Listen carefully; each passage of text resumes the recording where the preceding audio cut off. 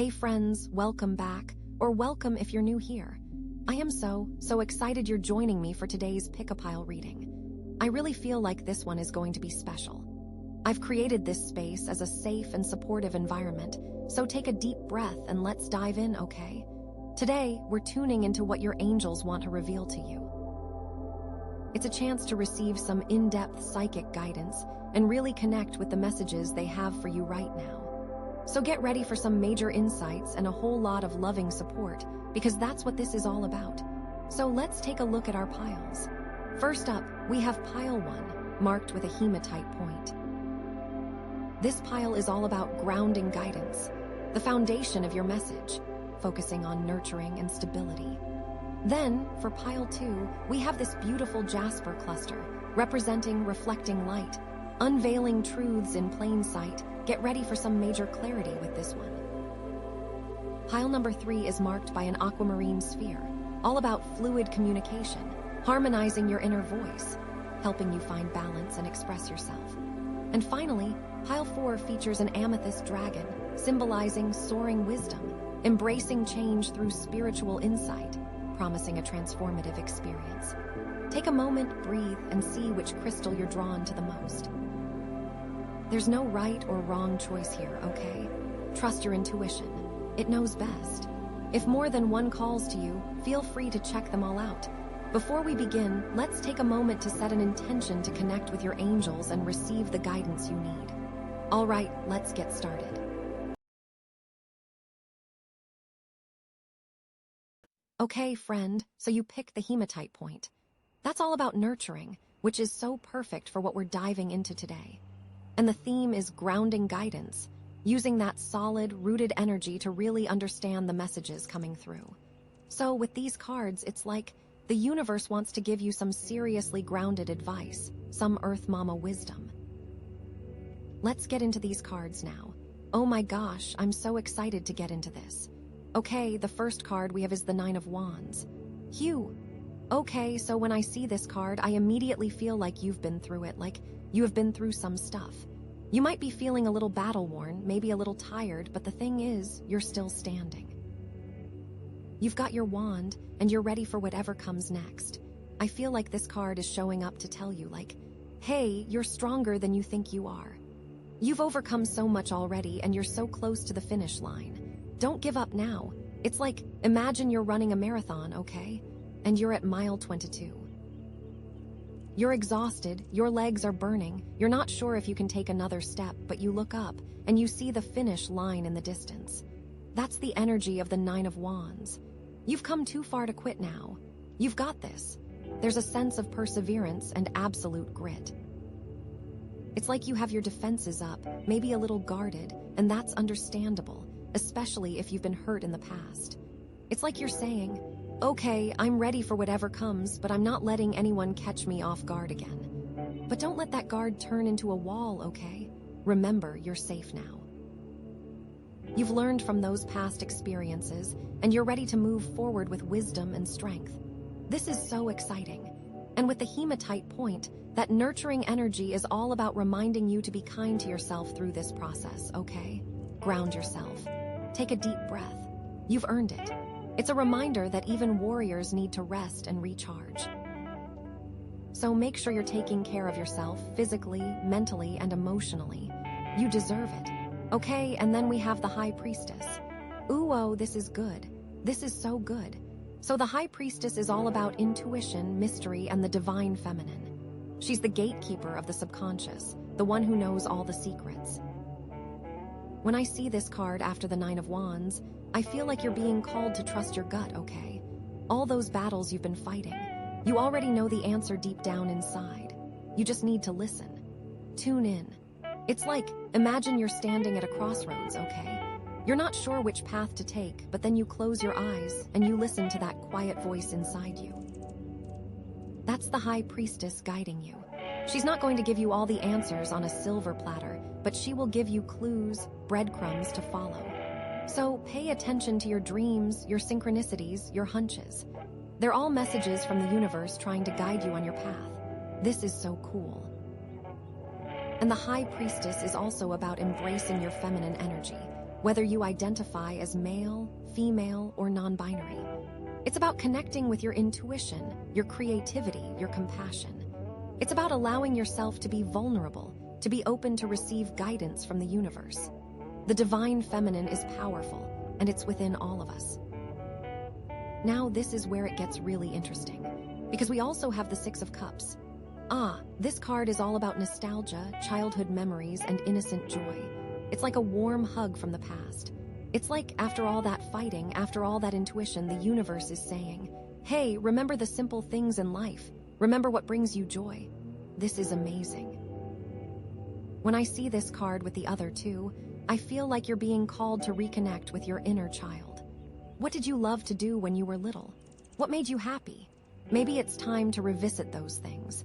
Maybe it's time to let go of some of the seriousness and responsibility and just allow yourself to play.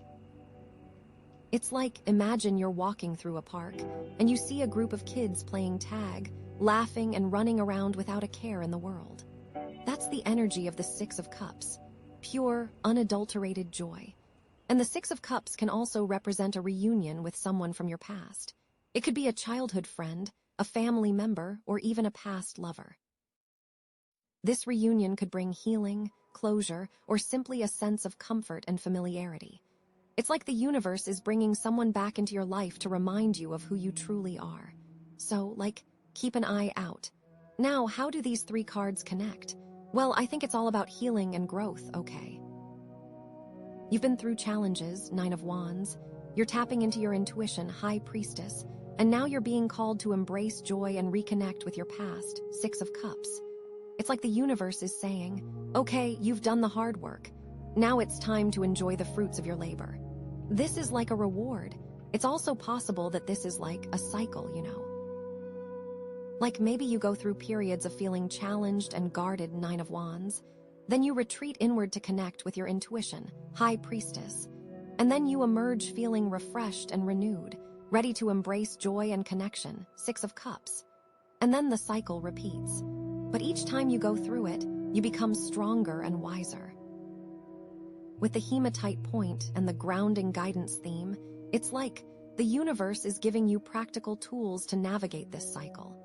It's reminding you to stay grounded, to trust your intuition, and to nurture yourself along the way. It's like having a wise, loving friend by your side, guiding you every step of the way. I'm also seeing that this could relate to a specific situation in your life right now. Maybe you're dealing with a difficult relationship, a challenging job, or a major life transition. The Nine of Wands could represent the struggles you're facing. The High Priestess could represent your intuition guiding you towards a solution. And the Six of Cups could represent the healing and joy that will come once you overcome these challenges. Trust yourself and remember to take care of yourself. This is such a powerful combination of cards. You got this. Okay, but let's dive a little deeper into each of these cards individually, because I feel like there's so much more to unpack here. Let's start with the Nine of Wands. Okay, so this card, like I said, is about resilience and perseverance, but it's also about boundaries. It's like you've learned to protect yourself, to set limits, and to say no to things that don't serve you. And that's a good thing. But make sure you're not becoming too rigid, too closed off. Remember to stay open to new experiences and new connections. It's like, imagine you're building a fence around your property, okay? You want to keep the bad guys out, but you also don't want to isolate yourself from your neighbors. So make sure your boundaries are healthy and flexible, not walls that keep you from love and connection. Think about, what you are willing to let into your life, and what you aren't. What are your non-negotiables? And what are you willing to compromise on? And with the High Priestess, it's important to really listen to your intuition. Don't dismiss your gut feelings, even if they don't make sense logically. Your intuition is your inner compass, guiding you towards your highest good. Trust it. Always. It knows what it is doing. It will never lead you astray, It's like, imagine you're on a road trip, okay? You don't have a map, but you have a feeling about which direction to go. That's your intuition guiding you. It might not always be the easiest or most direct route, but it will always lead you to where you need to be. And sometimes, it's fun to just drive, See what happens. Also, with the High Priestess, it's a really good time for meditation, for journaling, for any kind of spiritual practice that helps you connect with your inner self. Create some quiet space in your life and listen to the whispers of your soul. The answers you're seeking are already within you. You just need to create the space to hear them. Now, let's get back to the Six of Cups. This card can also indicate a need to heal past wounds, especially those related to childhood. Maybe you experienced some trauma or neglect as a child, and those wounds are still affecting you today. The Six of Cups is inviting you to go back and nurture that inner child, to give yourself the love and support you didn't receive back then. Like, what did you need to hear as a child that you didn't? Tell yourself that now. Be there for yourself. It's like, imagine you're holding a baby in your arms, okay? You're looking into its eyes with unconditional love and acceptance. That's the kind of love you need to give yourself. You deserve it. You are worthy of love and happiness. And the Six of Cups can also represent a gift or blessing coming your way. It could be something tangible, like a new job or a financial windfall, or it could be something intangible, like a new relationship or a creative breakthrough. Whatever it is, it's a sign that the universe is supporting you and showering you with abundance. This could also mean you are particularly connected to children right now, or that children may be a big part of the answer for you. It may mean you are working with children. It may mean spending time with children in your family. It may mean focusing on your own children more. And it may even be a sign that now is a good time to have children, if that is something you have been considering. It's all about embracing that pure, joyful energy. So overall, these three cards together are a powerful message of healing, growth, and joy. You've been through challenges, you're tapping into your intuition, and now you're being called to embrace the simple things in life and reconnect with your past. Trust yourself, nurture yourself, and allow yourself to receive the blessings that are coming your way. This is such an exciting time for you. And remember, the Hematite point is here to help you stay grounded and centered through it all. Its nurturing energy will support you as you navigate these changes and embrace your full potential. Okay, wow, what a start. I'm so excited to see what the rest of the reading has in store for you. I feel like this is just the beginning of an amazing journey, and I can't wait to see where it takes you. Are you ready for more? Because I am. Let's move on to the next card and see what other messages the universe has in store for you. Okay, so the next card is the Hermit. Ooh, whoa, this is interesting. Okay, so immediately when I see the Hermit after those other cards, I feel like you are being called to go within, like really, really within. Like, not just a little bit of intuition like the High Priestess, but like full-in soul-searching mode.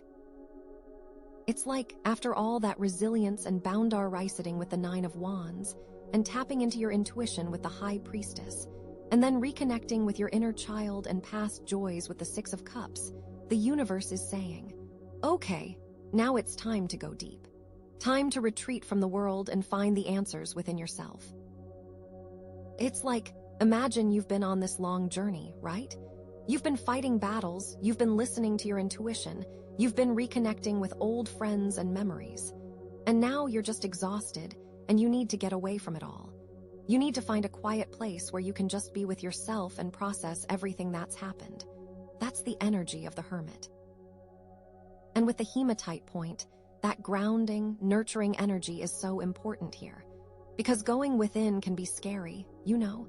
It can bring up a lot of stuff that you've been avoiding. So, you need to make sure you're grounded and supported while you're doing it. It's like having a safe space to retreat to where you can just be yourself without judgment. It's also like, maybe all that stuff from the Six of Cups, the nostalgia and the memories, maybe they've stirred up some things that you need to process. Maybe reconnecting with your inner child has brought up some old wounds that need to be healed. The Hermit is giving you the space and time to do that. It's like, you can't really move forward until you've dealt with the past, right? So this is your chance. Okay, so let's break this down a little more. The Hermit, at its core, is about introspection. It's about looking within yourself for the answers you seek. It's about disconnecting from the external world and connecting with your inner world. It's like turning off all the noise and distractions and just listening to your own voice, your own truth. This is really about finding your own inner wisdom, you know? And after the Nine of Wands, that makes total sense because you've been so busy fighting battles and protecting yourself, you probably haven't had much time to just sit and reflect. The Hermit is giving you that time. It's like, okay, you've proven you're strong. Now it's time to get wise.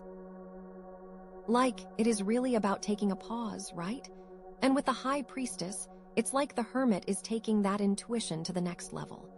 The High Priestess is about getting those initial gut feelings, those whispers from your subconscious. But the Hermit is about really digging deep into those feelings, understanding them, and integrating them into your conscious awareness. It's like the High Priestess gives you the clues, and the Hermit helps you solve the puzzle. And the solitude aspect of the Hermit is also really important. It's about creating space for yourself, away from the demands and expectations of others. It's about being alone, but not lonely. It's about enjoying your own company and finding peace in your own presence. Sometimes, you just need to disconnect from the world to reconnect with yourself, you know? It is so true. This can be a really scary thing for a lot of people because we're so used to being connected all the time. We're afraid of being alone with our thoughts, but the Hermit is saying that it's okay to be alone. In fact, it's necessary. It's in those moments of solitude that we can truly hear ourselves and discover our own truth. It's like, imagine you're in a crowded room and everyone is talking at once. You can't hear anything, right? But then you step outside into the quiet, and suddenly you can hear the birds singing, the wind blowing, your own heartbeat. That's the power of solitude. And the wisdom that the Hermit represents is not just about knowledge, it's about understanding. It's about seeing things from a higher perspective. It's about knowing yourself and your place in the world. It's like, after all those experiences you've had, all those battles you've fought, all those intuitions you've followed, you've gained a lot of wisdom. The Hermit is helping you to integrate that wisdom and use it to guide your life. It's like this wisdom is earned, not given. So how does this all connect back to the Hematite point and the grounding guidance theme? Well, I think the grounding aspect is crucial for the Hermit energy, because going within can be really destabilizing, you know. It can bring up a lot of emotions and memories that you're not prepared for. So you need to make sure you're grounded and centered while you're doing it. It's like having a strong foundation to stand on while you're exploring the depths of your soul. Grounding can be anything that connects you to the earth and to your body. It could be spending time in nature, like going for a walk in the woods or sitting by the ocean. It could be doing yoga or Tai Chi. It could be eating healthy foods and getting enough sleep. It could be anything that makes you feel present and embodied. It's all about self-care, right? And the nurturing aspect of the Hematite point is also really important. Because being in solitude can be hard on yourself. You can be really critical of yourself. You can beat yourself up for your mistakes. So, you need to make sure you're being kind and compassionate to yourself while you're on this journey of introspection. It's like giving yourself a hug and saying, "It's okay. You're doing the best you can." Nurturing yourself can be anything that makes you feel loved and supported. It could be spending time with loved ones, like family and friends. It could be doing things you enjoy, like reading a book or listening to music. It could be treating yourself to a massage or a bubble bath. It could be anything that makes you feel good about yourself. So basically, the Hematite point is reminding you to take care of yourself while you're in hermit mode. It's reminding you to stay grounded, to nurture yourself, and to be kind to yourself. It's like having a loving friend by your side, guiding you and supporting you every step of the way. This is really about being gentle with yourself, you know. Okay, so overall, I feel like the Hermit is inviting you to take some time for yourself, to go within, and to find the answers you seek. It's a time for introspection, solitude, and wisdom. And the Hematite point is reminding you to stay grounded and nurtured while you're on this journey. But what does it all mean? What are you searching for? What answers are you hoping to find? Is this a temporary retreat, or is it a sign that you're ready to make some major changes in your life? Are you searching for a new direction, a new purpose? Or are you just trying to heal from the past? I don't know the answers to these questions yet, but I have a feeling the next cards will reveal more. I'm so excited to see what's next. This is like so intriguing, and so much is unfolding. It's like the universe is peeling back the layers, one card at a time. Okay, are you ready to pull the next card? Because I am, let's do it. Okay. So the next card is the Three of Pentacles. Oh my gosh, this is like such a different energy than the Hermit. Like we go from complete isolation and introspection to like collaboration and teamwork. Wow. Okay, so after all that soul searching, after going so deep within, it's like the universe is saying, okay, now it's time to bring those insights out into the world and share them with others. Like, you've done the inner work, now it's time to like build something tangible. This is so cool. So the Three of Pentacles is all about working together, right? It's about combining your skills and talents with others to create something bigger than yourself. It's about recognizing the value of teamwork and understanding that you don't have to do everything alone. It's like, imagine you've been working on this project in your basement, right? You've been pouring your heart and soul into it, but you're starting to feel stuck. You're missing something. And then you realize that you need help. You need to bring in other people with different skills and perspectives to help you bring your vision to life. That's the energy of the Three of Pentacles. It's about recognizing your limitations and being open to collaboration. Now, how does this connect to the Hermit? Well, I think it's about finding the balance between introspection and collaboration. Like, you need that time alone to connect with your inner wisdom, but you also need to be able to share that wisdom with others and apply it to the real world. It's like, the Hermit is the foundation, and the Three of Pentacles is the structure you build on top of it.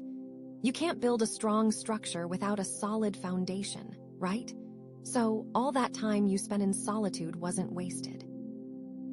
It was necessary for you to gain the clarity and understanding you need to move forward and work effectively with others. It's like, the Hermit gives you the blueprint, and the Three of Pentacles gives you the tools and the team to build it. Does that make sense? I feel like it's so important to remember that you don't have to do everything alone, and that other people can actually help you achieve your goals. It's about finding the right people, though, right? It's about finding people who share your vision and who are willing to work together towards a common goal. And it's also about being open to learning from others.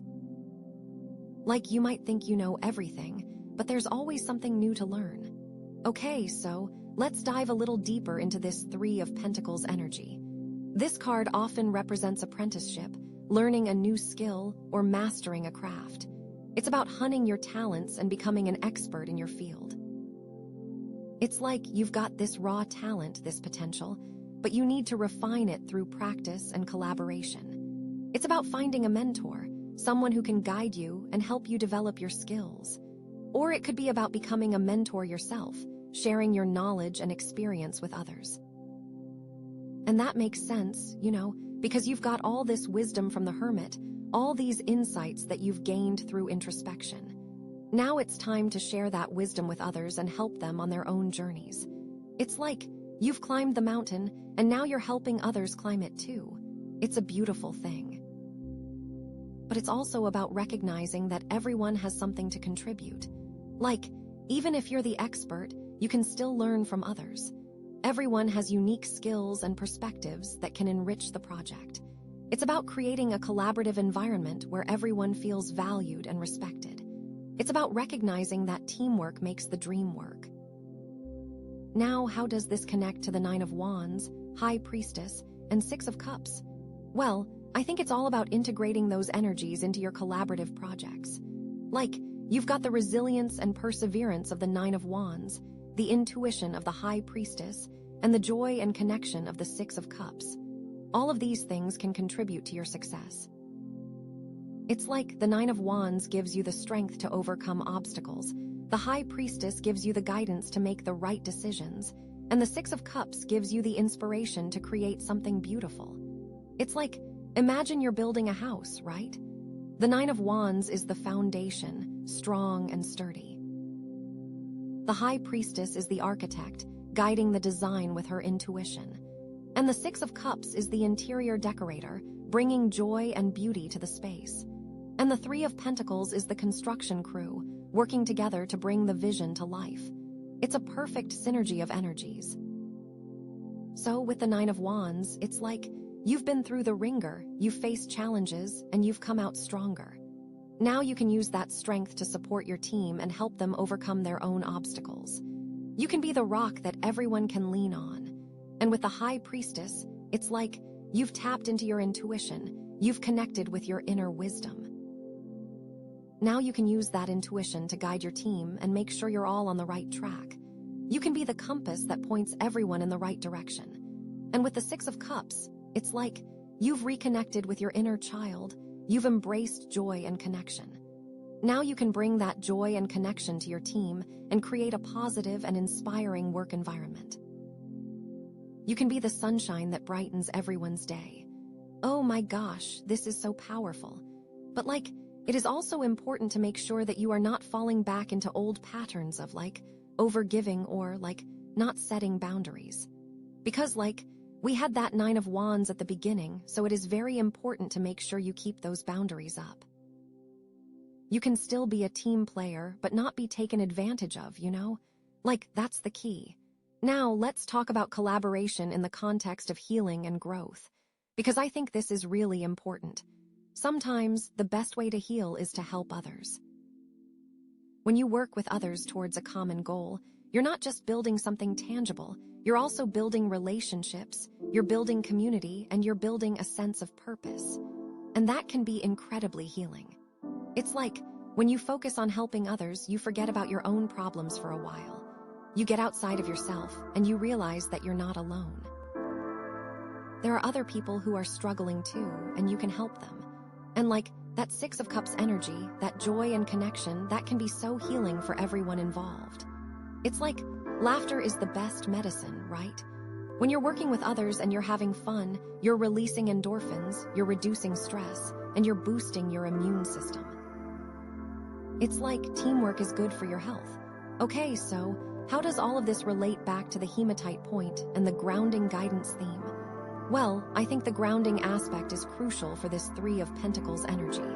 Because working with others can be chaotic, right? There can be conflicts, disagreements, and misunderstandings.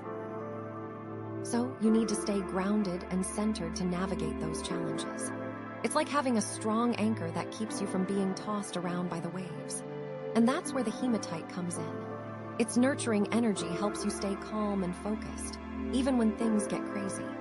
And the grounding guidance theme is all about applying your inner wisdom to practical situations. It's about using your intuition to make the right decisions and to guide your team towards success. It's about trusting your gut and knowing that you're on the right path. It's like having a wise mentor who's always there to offer advice and support. So basically, the Hematite point is reminding you to stay grounded, to trust your intuition, and to nurture your skills and talents through teamwork. It's like having a loving friend by your side, guiding you every step of the way. This is really about combining your inner wisdom with your outer actions to create something amazing. But what are you building? What are you collaborating on? Is this a new job, a new project, a new relationship? What skills are you hunting? Who are you working with? Are these people you trust? Are they aligned with your values? What challenges are you facing? And how can you use your resilience, your intuition, and your joy to overcome them? I don't know the answers to these questions yet, but I have a feeling the next card will reveal more. Oh my gosh, I am so excited. Are you ready to pull the next card? Because I am dying to know what's coming next. It's like the universe is just dropping breadcrumbs and we're following them, one card at a time. Let's do it. Okay, oh my gosh, are you ready? Because wow, the next card is the sun, friend. Oh my gosh, this is the most amazing, joyful card in the deck, right? So after all that deep diving with the Hermit, after all that collaboration with the Three of Pentacles, it's like the universe is throwing a party in your honor. You did it. You've come so far and now it's time to celebrate. It is time to just bask in the glow of your own awesomeness. So with the sun, immediately I'm just feeling this sense of pure joy, optimism, success, vitality, everything is just working out for you, you know. It's like you've planted the seeds, you've nurtured them, and now they're finally blooming. It's like imagine you've been waiting for this moment your whole life, and it's finally here, right? The sun is shining, the birds are singing, and you're just filled with this incredible sense of gratitude and happiness. But how does this connect to everything else we've seen so far? Well, I think it's like the perfect culmination of the journey, right?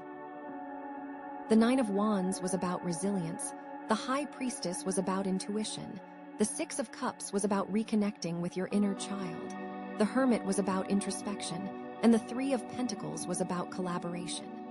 And now, the Sun is about bringing all of those things together and shining your light for the world to see. You've overcome challenges, you've trusted your intuition, you've embraced joy, you've found your inner wisdom, and you've collaborated with others. And now it's time to celebrate all of that hard work and share your gifts with the world. This is so exciting. And remember that Hermit card? All that time you spent in solitude, searching for answers, it was all leading up to this. It was like you needed to go within to find your own light, and now you're ready to shine it. This makes so much sense, friend. The Sun is also about clarity and understanding. It's like, after all that introspection with the Hermit, you finally have a clear picture of who you are, what you want, and how to get there. It's like the fog has lifted, and you can see everything clearly. And it's also about confidence, right? You've done the work, you've overcome the obstacles, and you know you're capable of anything. It's like you've earned this confidence, and now it's time to own it. Walk into your power, you know? And with the Three of Pentacles, the Sun is shining a light on your collaborative efforts. It's like all that teamwork and dedication is paying off, and you're achieving your goals together. It's like you're not just succeeding on your own, you're helping others succeed too.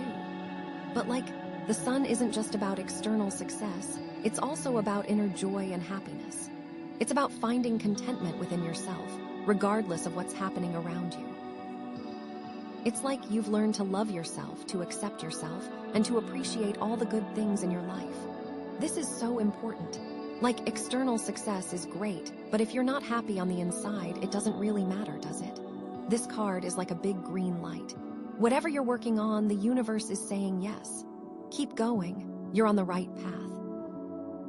It's like the universe is giving you a thumbs up, you know? So let's break this down a little more. The Sun is about optimism, right? It's about seeing the good in everything, even in the face of challenges. It's about believing that things will always work out for the best. It's like you've trained yourself to see the glass half full, even when it's almost empty. It really is like choosing to be happy no matter what. And it's also about vitality, right? It's about having energy, enthusiasm, and passion for life. It's about feeling alive and vibrant. It's like you've tapped into this endless source of energy, and you can't wait to share it with the world. The Sun is a card of feeling good. But it's also important to remember that the Sun doesn't mean everything is always perfect, right? It doesn't mean you'll never face challenges or setbacks.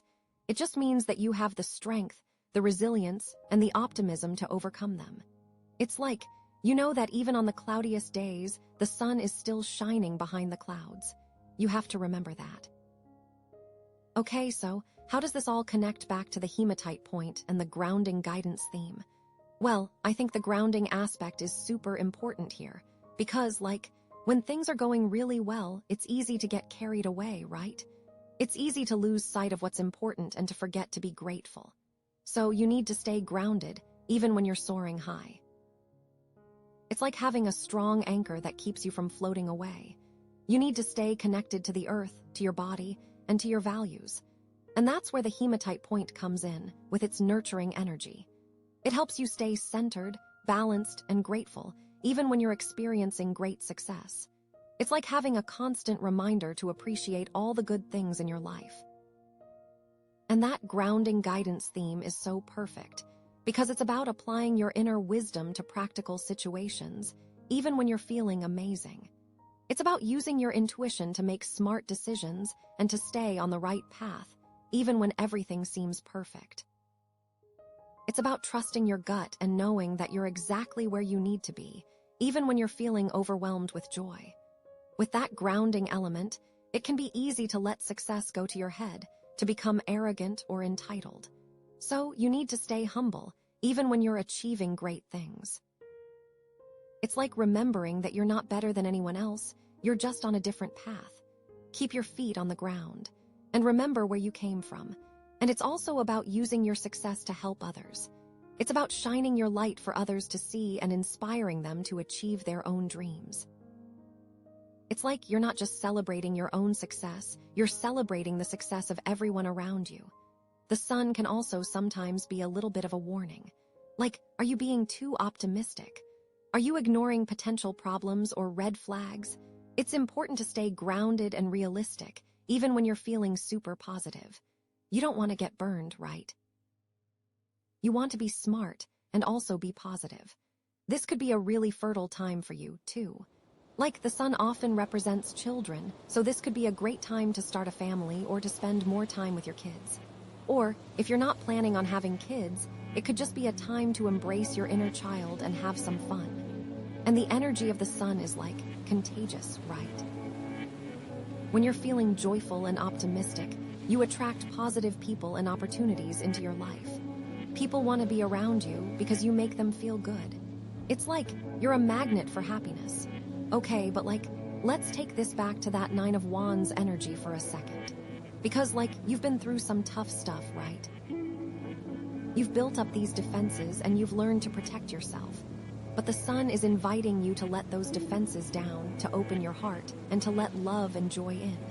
It's like you don't have to be guarded anymore. You're safe now. You've earned this happiness. So let go of the past, forgive yourself and others, and embrace the present moment.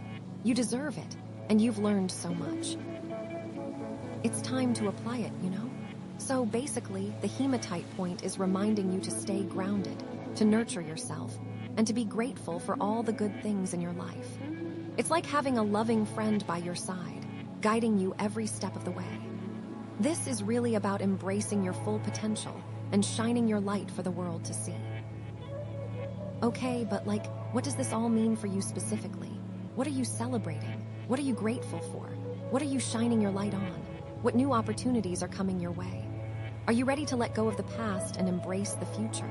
I don't know the answers to these questions yet, but I have a feeling the next card will reveal even more. Oh my gosh, I am so excited.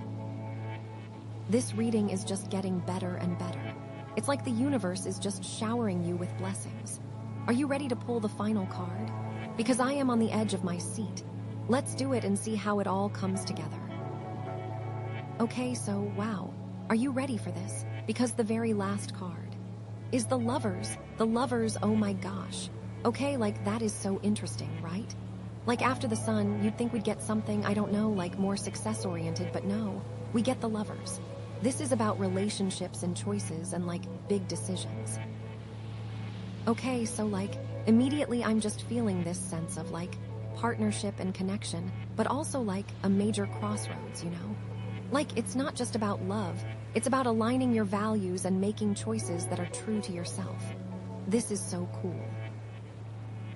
After all that joy and celebration with the sun, it's like the universe is saying, okay, now it's time to bring that happiness into your relationships and make some important decisions about your future. It's like you've found your inner light, and now you need to share it with someone else, or decide how you want to share it. I feel like it could be romantic love, but it's not necessarily just that, you know? It could be about any kind of close relationship, like a friendship or a business partnership. It's about finding someone who compliments you and supports you, someone who helps you grow and become a better version of yourself. But it's also about choices, right? The Lovers card always represents a major decision, a crossroads where you have to choose between two paths. And this decision is not just about what you want, it's about what's right for you, what aligns with your values and your soul purpose. It's like you have to choose between your head and your heart, or between two different versions of your future. This is huge, friend. Okay, so how does this connect to everything else we've seen so far? Well, I think it's the next step in your journey, right? The Nine of Wands was about resilience, the High Priestess was about intuition, the Six of Cups was about reconnecting with your inner child, the Hermit was about introspection, the Three of Pentacles was about collaboration, and the Sun was about joy and success. And now, the Lovers is about bringing all of those things together and making a conscious choice about your relationships and your future. It's like You've built this amazing foundation for yourself, and now you need to decide what you want to build on top of it. You're choosing the design, you know. The Nine of Wands is telling you to be strong and stand up for what you believe in. You have to make sure that your relationships are built on a foundation of respect and equality. You can't let anyone take advantage of you or treat you unfairly, especially in matters of the heart. Keep those boundaries up, girl. And the High Priestess is telling you to trust your intuition when making these choices. You have to listen to your gut and follow your heart, even if it doesn't make sense to your head. Your intuition will guide you towards the right path, the path that aligns with your soul purpose. You know what's right for you, deep down. The Six of Cups is reminding you to bring joy and innocence into your relationships. You have to create a space for fun, laughter, and playfulness. Don't take things too seriously, and remember to enjoy the simple things in life, especially in love. The Hermit is telling you to take some time for yourself and reflect on what you really want in a relationship. You have to get clear on your values, your needs, and your desires. What are you looking for in a partner? What are you willing to compromise on? What are your non-negotiables? The Three of Pentacles is telling you to collaborate with others to create strong and healthy relationships.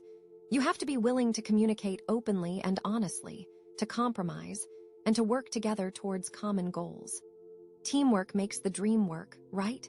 And the Sun is telling you to bring joy, optimism, and vitality into your relationships. You have to be a source of light and inspiration for your partner, and they have to be a source of light and inspiration for you. Find someone who makes you feel good, someone who brings out the best in you, someone who helps you shine. This is all so powerful, and I'm feeling like it's also about choosing between different aspects of yourself. Like maybe you have to choose between your career and your love life, or between your independence and your need for connection.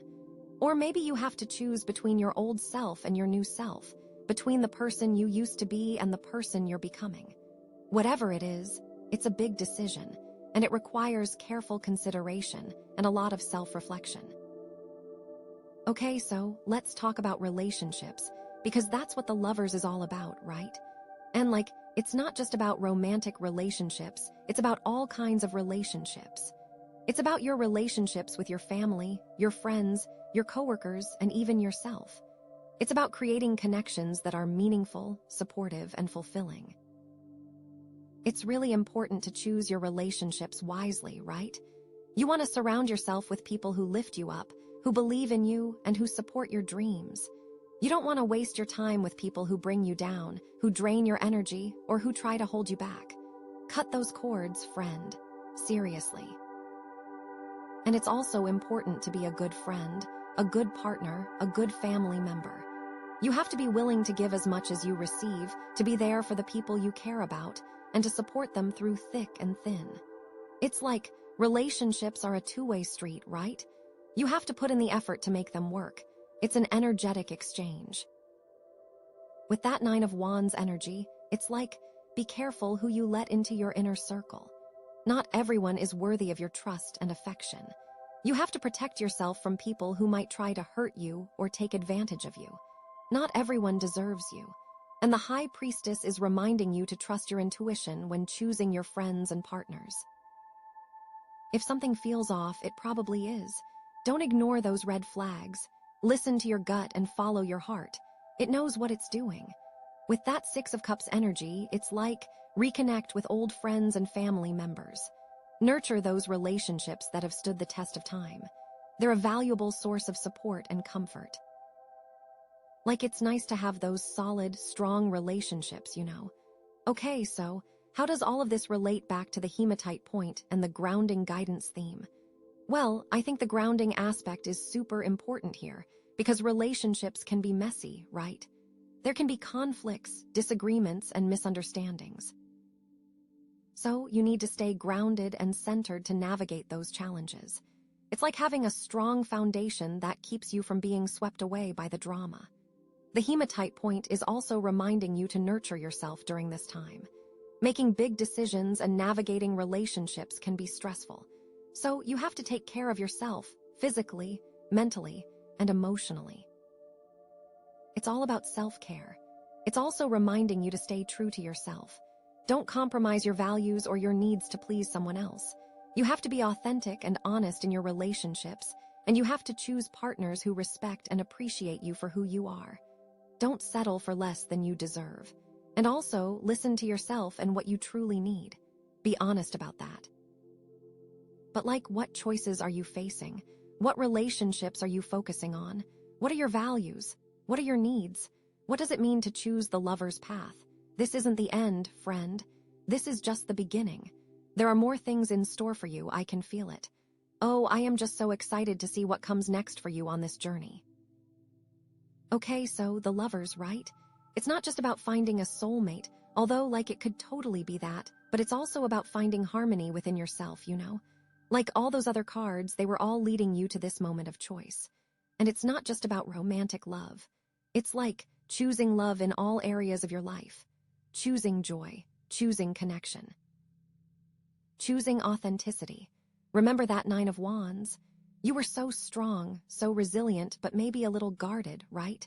The lovers is asking you to open your heart, to be vulnerable, but to also stay true to yourself and your boundaries. You've learned what you need to protect, and now you can choose who you want to share your life with. You get to choose who gets access to the amazing person you are, you know? And the High Priestess, all that intuition. It's now is the time to really listen to it, especially when it comes to relationships. If something feels off, don't ignore it. Trust your gut. Your intuition will guide you to the right people and the right choices. It always does. And the Six of Cups. That inner child, that joy, that connection to the past. It's bring that into your relationships. Find someone who makes you laugh, who makes you feel like a kid again, who reminds you of the simple joys of life. Someone who can laugh with you, you know, not at you. And the Hermit, all that soul-searching. It's now you know yourself better than ever before.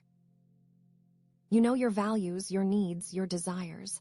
And that's going to help you make the right choices about who you want to be with. You can't choose the right partner until you choose yourself. And the Three of Pentacles, all that collaboration. It's relationships are a partnership, a team effort. You have to be willing to work together, to communicate, to compromise, and to support each other's goals. This is key. Teamwork. And the Sun, all that joy and success. It's bring that into your relationships too. Be a source of light and happiness for your partner, and let them be a source of light and happiness for you. Find someone who makes you shine, who makes you feel alive.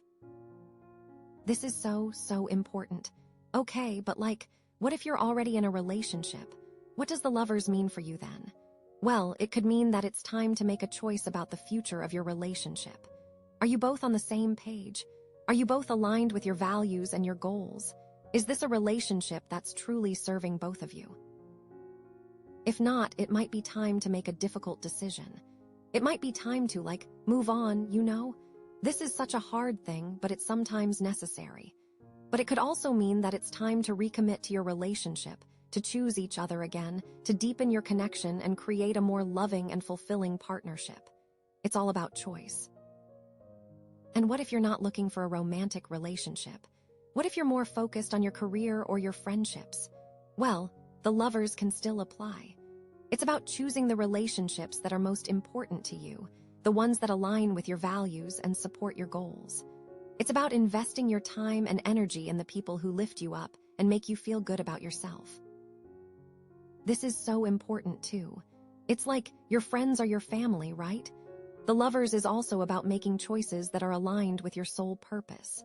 What are you here to do? What are you passionate about? What makes you feel alive? You have to choose a path that resonates with your soul, a path that allows you to express your unique gifts and talents. It's you have to choose your own destiny, you know? No one else can do it for you. And with that Hematite point, it is all about staying grounded and nurtured as you navigate these choices. Relationships can be messy, confusing, and overwhelming. So you need to make sure you're taking care of yourself, physically, mentally, and emotionally. Eat healthy foods, get enough sleep, exercise regularly, and spend time in nature. Meditate, journal, or do anything else that helps you connect with your inner self. And surround yourself with people who love and support you, people who make you feel good about yourself. These are all so important, not negotiable. It's also about setting healthy boundaries. You have to know what you're willing to tolerate in a relationship and what you're not. You have to be willing to say no to things that don't feel right and to walk away from people who don't respect you. It's like you have to protect your energy, you know? Don't let anyone drain you or take advantage of you. Know your worth. It's also about forgiveness. Holding on to anger and resentment will only hurt you in the long run. You have to be willing to forgive yourself and others for past mistakes and to move on with a clean slate. It's like letting go of the baggage, you know? You don't want to carry that around with you forever. So, free yourself. The Lovers is reminding you that you are worthy of love, worthy of happiness, and worthy of fulfilling relationships. Don't settle for anything less than you deserve. You are a beautiful, amazing person, and you deserve to be with someone who sees that and appreciates you for who you are. This is such a powerful message, and it's coming to you at the perfect time. You've been through so much, and you've learned so much, and now you're ready to make some really important choices about your future. Trust yourself, trust your intuition, and trust that the universe is guiding you towards the right path. You got this. But let's dig a little deeper because, there's always more to uncover, right? The Lovers at its core is about choices, but it's also about values. What do you value most in a relationship? Honesty, loyalty, trust, communication, respect. You have to get clear on your values because that's what's going to guide you in making the right choices. You have to choose partners who share your values, who believe in the same things you do, and who are committed to creating a relationship that's based on those values. This is key to, long-term success, you know. It's also about compromise, right? Relationships are never perfect, and you're never going to find someone who agrees with you on everything. So you have to be willing to compromise, to give and take, and to find solutions that work for both of you. But it is so important. Don't compromise your values, you know? Don't compromise your needs. Don't compromise your happiness. There's a difference between compromising and sacrificing yourself, and it is key to know that difference. I know that sounds confusing, but trust me, you know what I mean. And it's also about communication. You have to be able to talk to your partner about anything, openly and honestly. You have to be able to share your feelings, your fears, your dreams, and your goals. And you have to be able to listen to your partner, to understand their perspective, and to validate their feelings. Communication is the key to, resolving conflicts, building trust, and creating a deeper connection. You need to be able to talk it out. The Lovers can also represent a choice between two different paths in life. Maybe you're torn between your career and your family, or between your desire for adventure and your need for stability. This is a tough choice, and there's no easy answer. But you have to weigh the pros and cons of each path and choose the one that feels most aligned with your soul purpose. You need to choose the one that feels most right for you, deep down. And it can also represent a choice between your head and your heart. Maybe you know in your head that you should do one thing, but your heart is telling you to do something else. This is a classic dilemma, and it's not always easy to know which way to go. But you have to listen to both your head and your heart and try to find a balance between the two. Sometimes the right choice is the one that feels good in your heart, even if it doesn't make sense logically. You have to trust your intuition, your soul, and remember that sun card, that joy and success. Bring that into your choices. Choose the path that makes you feel happy, the relationships that make you feel alive, and the career that makes you feel passionate. Don't settle for anything less than joy and fulfillment. You deserve it. Seriously. So basically, the Lovers is asking you to make some really important choices about your relationships, your values, and your future. It's about choosing love, choosing joy, choosing authenticity, and choosing a path that aligns with your soul purpose. And the Hematite point is reminding you to stay grounded and nurtured as you navigate these choices. You are strong, you are wise, and you are capable of creating the life you truly desire. Trust yourself, trust your intuition, and trust that the universe is guiding you every step of the way. This is so exciting. And with that 9 of Wands energy, it's remember that strength, that resilience, that ability to protect yourself. You're going to need it as you make these choices. Don't let anyone pressure you into doing something you don't want to do. Don't let anyone manipulate you or control you. Stand up for yourself and choose what's right for you, even if it's not what others want you to do. Keep that in mind, too. And with that high priestess energy, it's like, really tap into your intuition. What are your gut feelings telling you? What are your dreams telling you? What are the synchronicities telling you? Pay attention to the signs and trust that the universe is communicating with you. It's always there for you. And with that 6 of Cups energy, it's like, reconnect with your inner child and remember what brings you joy. Choose relationships and activities that make you feel like a kid again, that make you laugh and play and have fun. Don't take life too seriously. Remember to enjoy the simple things, especially now. And with that Hermit energy, it's like, take some time for yourself to reflect on what you really want. Get clear on your values, your needs, and your desires. Don't let anyone else influence your decision. Listen to your own inner voice and choose what's best for you. This is your life. And with that 3 of Pentacles energy, it's like, collaborate with others to create strong and healthy relationships. Communicate openly and honestly, compromise when necessary, and work together towards common goals. Relationships are a team effort, and you need to be willing to put in the work to make them succeed. Remember that you are a team. And with that Sun energy, it's like, choose joy. Choose happiness. Choose a life that makes you feel good about yourself. You deserve to be happy, and you deserve to have fulfilling relationships. Don't settle for anything less than that. Shine your light, friend. Shine your light. So okay, you've got the strength of the 9 of Wands, the intuition of the High Priestess, the joy of the 6 of Cups, the wisdom of the Hermit, the collaboration of the 3 of Pentacles, and the success of the Sun. And now you're being asked to make some choices about your relationships and your future. Trust yourself, trust your intuition, and trust that the universe is guiding you towards the right path. You are ready for this. You can do this. I am so excited for you. Hey there, my Jasper cluster crew. This crystal is all about clarifying things, bringing that sharp focus. And honestly, that's perfect for this reading because the theme is reflecting light, unveiling truths in plain sight. So get ready for some major reveals. Okay, let's dive right into these cards. Dramatic pause, okay, first up we have the 7 of Cups. Oh my goodness, 7 of Cups. This card is like, whoa. It's all about choices, possibilities, dreams, illusions, fantasies. It's a lot, right?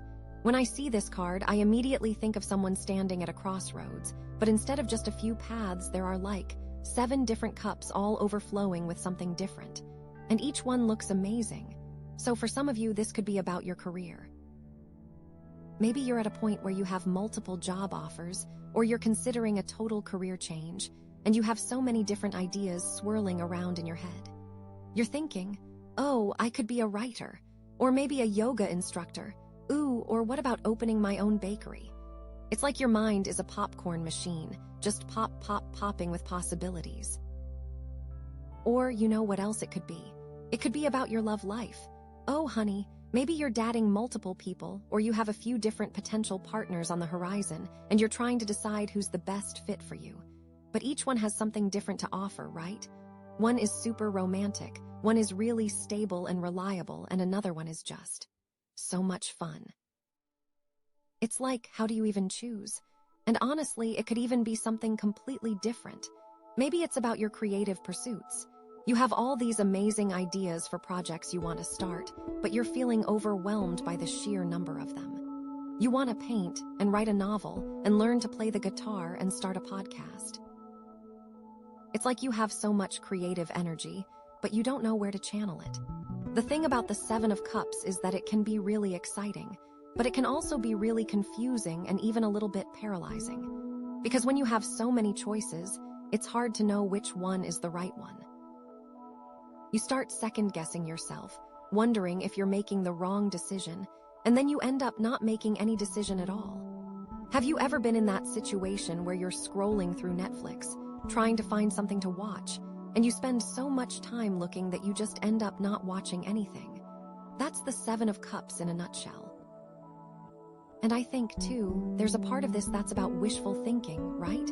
Like, some of these cups might look amazing on the surface, but when you actually take a closer look, they might not be what they seem. It's like that saying, all that glitters is not gold. You might be fantasizing about a certain outcome or a certain person, but you're not really seeing them for who they truly are. You're only seeing the idealized version in your head. Oh, you know what this reminds me of? Remember that time I was convinced I was going to become a famous Instagram influencer? I spent weeks taking pictures of my food and trying to come up with witty captions, and I was so sure I was going to be the next big thing.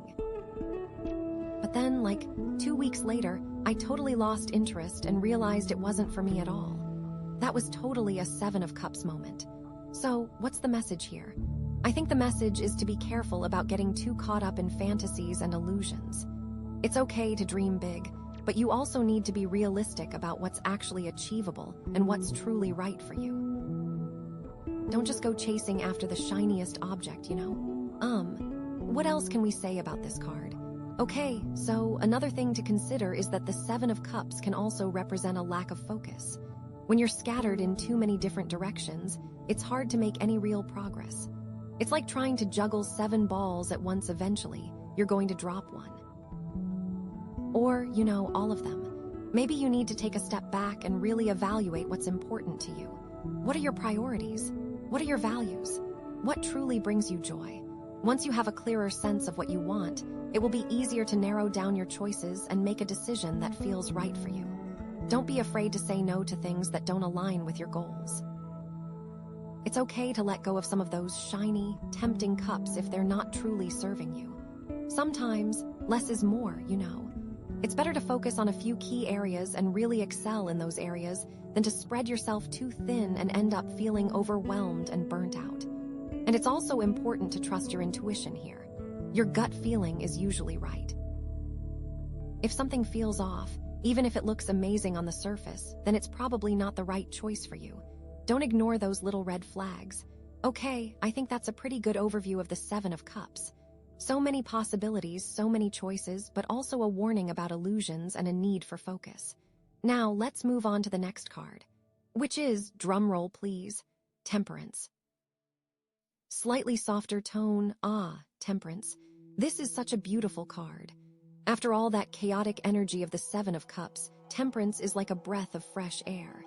It's all about balance, harmony, moderation, and finding the right mix. It's about bringing all those different elements of your life into equilibrium. So think about it this way. The 7 of Cups was like a crazy buffet with all these different dishes, right? And Temperance is like a skilled chef who knows how to take all those ingredients and create a delicious, well-balanced meal.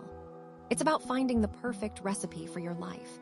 When I see this card, I think of someone who is really good at managing their time and energy.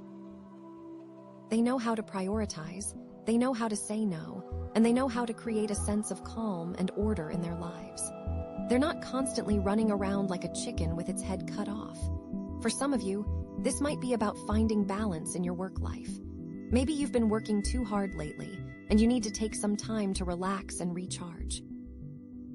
Or maybe you've been neglecting your work, and you need to get back on track. Temperance is about finding that sweet spot where you're both productive and happy. Or, you know, it could also be about your relationships. Maybe you've been spending too much time with one person and not enough time with others. Or maybe you've been neglecting your own needs in order to please someone else. Temperance is about finding a healthy balance in your relationships, where everyone feels valued and respected. And, you know, this could even be about your physical health. Maybe you've been eating too much junk food and not getting enough exercise. Or maybe you've been pushing yourself too hard at the gym and not giving your body enough rest. Temperance is about finding a sustainable and healthy lifestyle that works for you. The key to temperance is moderation. It's not about being extreme in any one direction. It's about finding that middle ground where you feel comfortable and balanced. It's about avoiding excesses and finding harmony in all areas of your life. Oh, and you know what else? Temperance is also about patience. It's about understanding that things take time and that you can't rush the process. It's about being gentle with yourself and allowing yourself to grow and evolve at your own pace. It's like learning to ride a bike, you know. You're going to fall a few times, but eventually, you'll get the hang of it. This card also suggests that you have the ability to bring together seemingly opposing forces. You can find common ground between different perspectives and create a sense of unity and understanding. You're a natural diplomat, and you can help to resolve conflicts and bring peace to any situation. Think about it. The angel in this card is often depicted pouring water between two cups. This symbolizes the blending of different energies, the mixing of different ideas, and the creation of something new and harmonious. You have the power to do the same in your own life. Maybe you're trying to reconcile two different parts of yourself. Maybe you're trying to integrate your masculine and feminine energies. Or maybe you're trying to find a way to balance your spiritual beliefs with your everyday reality. Temperance is telling you that it's possible to bring all these different aspects of yourself into alignment. And you know what's really cool? Temperance is also connected to the element of fire. Fire represents passion, creativity, and transformation. So this card is suggesting that you can use your passion and creativity to transform your life and create a more balanced and harmonious existence. Maybe you need to tap into your inner artist and express yourself through some kind of creative outlet. Or maybe you need to find a way to ignite your passion and pursue your dreams with more enthusiasm. Temperance is reminding you that you have the power to create the life you want. It's like, remember when I was trying to decide between those two job offers? One was super stable and secure, but the other one was more creative and exciting. I was so torn. But then I realized that I could actually combine the two. I could take the stable job and then pursue my creative passions on the side. And that's exactly what I did. And it worked out perfectly. Total temperance moment. So the message here is to find balance, harmony, and moderation in all areas of your life. Be patient with yourself, trust your intuition, and tap into your inner fire. You have the power to create a life that is both fulfilling and harmonious. Okay, I think that's a pretty good overview of temperance. Now let's move on to the final card. Slightly lower, more serious tone, the Five of Pentacles. A beat of silence, okay, wow, this card.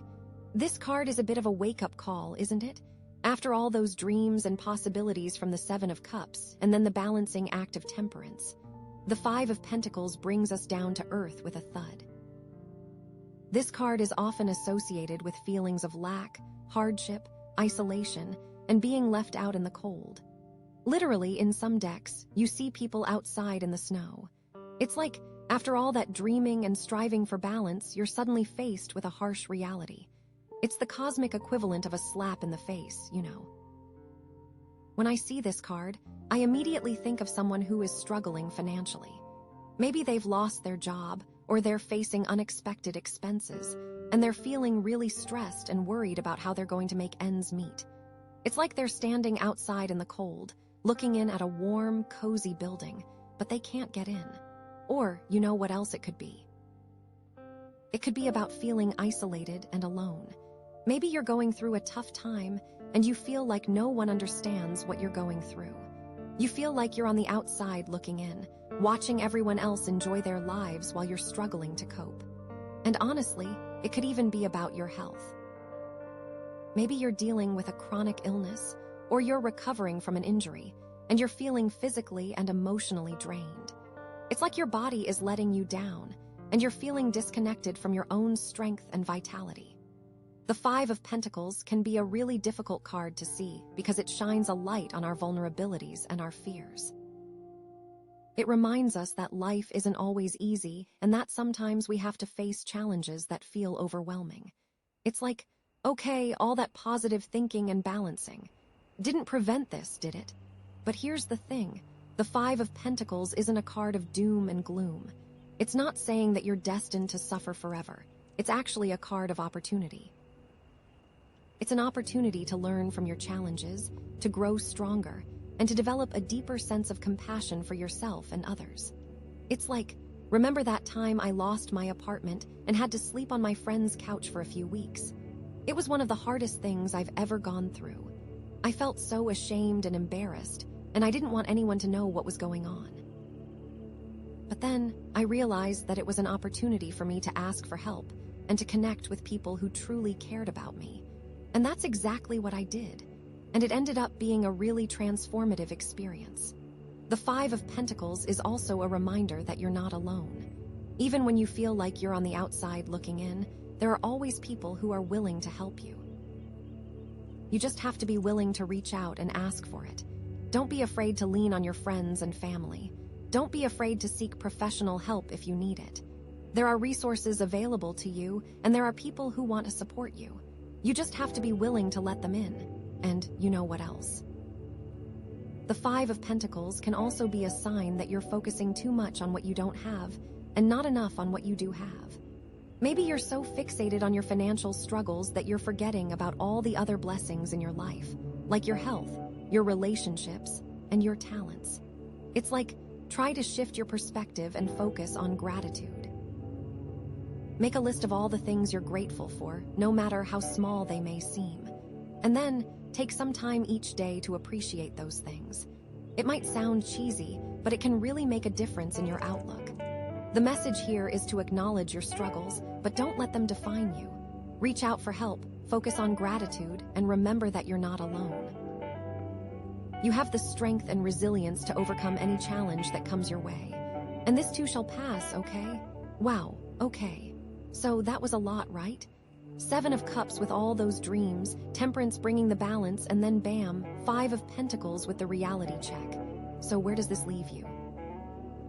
Okay, wowza, where does this leave you indeed? Well, let's find out, because next up is the King of Cups. Slight gasp, change in tone, softer but still excited. Ooh, honey, King of Cups. After that Five of Pentacles, I am so glad we got this card. Okay, so like the Five of Pentacles can feel like you're drowning, right? Like you're lost in a sea of worries, a sea of lack. And then the King of Cups shows up and he's like, okay, I can navigate these waters. He's not just surviving, he's ruling the ocean, you know? So this king, he's all about emotional maturity, compassion, and really, truly, understanding your feelings and how to manage them. Not suppress them, not ignore them, but really understand them, you know? Think of him as the ultimate emotional support human, but like, turned up to 11. He's got this deep well of empathy, and he can see things from other people's perspectives, but he also has really firm boundaries. He knows how to take care of himself, even while he's taking care of others. He's not a pushover, that's for sure. And after the Seven of Cups, with all those choices and illusions, the King of Cups brings this grounded, emotional clarity. Remember how we were talking about getting caught up in fantasies? Well, the King of Cups is like, okay, let's bring some emotional intelligence to this situation. Let's figure out what you actually want, not just what looks shiny and appealing. He's about making decisions from a place of emotional stability, not from a place of, like, frantic energy. And that's huge after the chaos of the Seven of Cups. Think about it this way. The Seven of Cups is like being a kid in a candy store, wanting everything.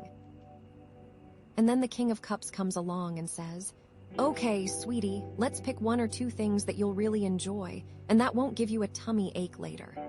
Now, how does this connect to Temperance? Well, Temperance is all about balance, right? Finding that perfect mix. And the King of Cups is a master of emotional balance. He understands that emotions are like the weather, they're always changing. But he doesn't let those emotions control him.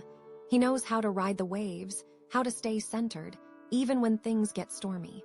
He's like the ultimate surfer of feelings. He can help you to integrate those opposing forces that Temperance was talking about. Maybe you're feeling pulled in two different directions, or maybe you're struggling to reconcile your head and your heart. The King of Cups can help you find that middle ground, that place of emotional harmony. So yeah, this king is balanced, he's calm, but he's not cold, you know? He's still super compassionate and caring. He just knows how to manage his own emotions so that he can be there for others in a really genuine and effective way. And that is what's up. Okay, so let's dig into how this king energy vibes with that Five of Pentacles energy. Because that Five of Pentacles can bring up some really tough stuff, right? Like financial worries, feeling isolated, health challenges. It's like a perfect storm of negativity, but the King of Cups has the tools to navigate that storm. If you're struggling financially, the King of Cups can help you to approach the situation with a sense of calm and clarity. He's not going to panic. He's not going to make rash decisions. He's going to take a deep breath, assess the situation, and come up with a plan. He might even be able to see opportunities that you're missing because you're so caught up in the worry. He's resourceful, he's creative, and he knows how to find solutions. It's like, okay, money's tight, but what can I do with what I do have? How can I be more resourceful? How can I ask for help without feeling ashamed? And if you're feeling isolated and alone, the King of Cups can help you to connect with others in a really authentic way. He's not going to put on a fake smile and pretend everything's okay. He's going to be honest about how he's feeling, but he's also going to be open to receiving support. He knows that vulnerability is a strength, not a weakness. And he's going to reach out to people who genuinely care about him, people who can offer a listening ear and a shoulder to cry on. It's like he knows that true connection comes from being real, being honest, and being willing to let others see you, flaws and all. And if you're dealing with health challenges, the King of Cups can help you to cultivate a sense of inner peace and acceptance. He's not going to deny the reality of the situation, but he's also not going to let it consume him. He's going to focus on what he can control, like his attitude, his self-care, and his connection to his body. He might explore alternative therapies, he might meditate, he might spend time in nature. He knows that taking care of his emotional well-being is just as important as taking care of his physical health. It's like, okay, my body's going through a tough time, but I can still nurture my spirit. I can still find joy and meaning in my life. The King of Cups understands that emotions are powerful and that they can either help us or hurt us. He chooses to use his emotions as a source of strength, wisdom, and compassion, and he can teach you to do the same. This isn't about repressing negativity, more about, dealing with it in a healthy, constructive way. So, what's the message here? The message is that even in the face of hardship, you have the power to choose your emotional response. You can choose to be a victim of your circumstances, or you can choose to be the king or queen of your own emotional realm. You can choose to drown in the sea of negativity, or you can choose to navigate those waters with grace, compassion, and unwavering self-belief. And remember that Jasper cluster energy, right? The clarifying energy. The King of Cups helps you to see through the fog of emotions, to get clear on what's really going on, and to make decisions that are aligned with your highest good. He's like a beacon of light in the darkness, guiding you towards a place of emotional peace and stability. This card demands that you see through the fog and illusions, and that you meet life with your most emotionally mature, and therefore authentic self. Okay, so how do you embody this King of Cups energy in your own life? Well, start by practicing self-compassion. Be kind to yourself, especially when you're going through a tough time. Treat yourself with the same love and understanding that you would offer to a dear friend. Acknowledge your emotions, but don't let them define you. Remember that you are more than your feelings. Next, cultivate emotional intelligence. Pay attention to your emotions and try to understand where they're coming from. What are the triggers? What are the underlying beliefs? The more you understand your emotions, the better equipped you'll be to manage them. There are tons of resources online, and even courses that can help you better understand yourself and your relationships. Practice setting healthy boundaries. Learn to say no to things that drain your energy or compromise your values. Protect your emotional space, and don't be afraid to distance yourself from people who are toxic or negative. It's okay to put yourself first. And finally, reach out for support when you need it. Don't try to go it alone. Connect with people who love and support you, and don't be afraid to ask for help. Remember that vulnerability is a strength, not a weakness. The King of Cups is reminding you that you are not alone, and that you have the power to overcome any challenge that comes your way. You just need to tap into your inner strength, cultivate emotional intelligence, and surround yourself with love and support. And to extend that support to others as well. Pause, slightly higher pitch with excitement, okay? I am so excited to see what the next cards bring, because this is really starting to come together. It feels like we're moving from the initial chaos and confusion to a place of real clarity and strength. Are we going to see more about how to put this emotional mastery into practice? Are we going to get more guidance on how to navigate those financial or health challenges? Ooh, I can't wait. Let's find out. Gasps softly, reverently, ooh, okay, the High Priestess. Oh, wow, okay, honey, this is next level.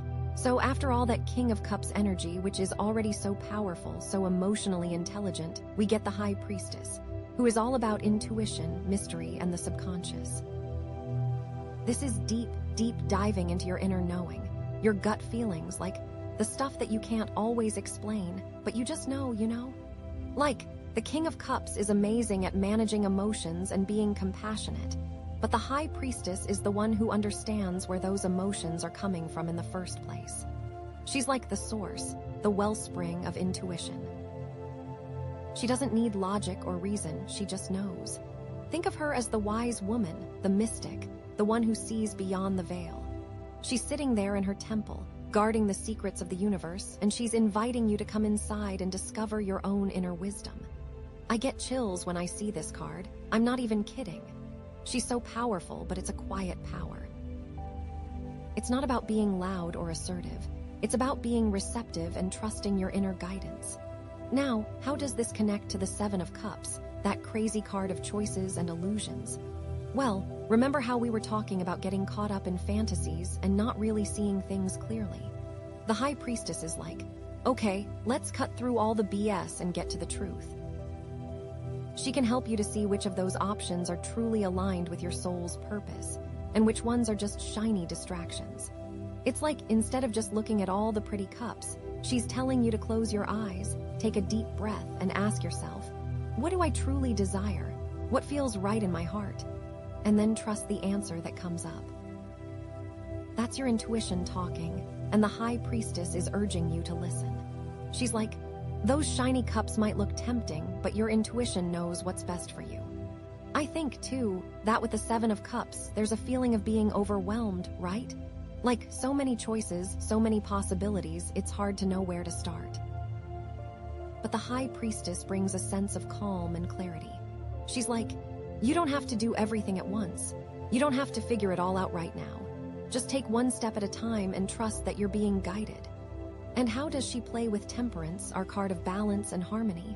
Well, Temperance is about finding the right mix, bringing together opposing forces. And the High Priestess can help you to find that balance on a deeper level. She can help you to understand your own inner contradictions, your own conflicting desires, and to find a way to integrate them into a cohesive whole. It's like, maybe you're someone who's both introverted and extroverted, or both logical and intuitive. The High Priestess is saying that it's okay to be both. You don't have to choose one or the other. You can embrace all aspects of yourself and find a way to create a life that feels authentic and balanced.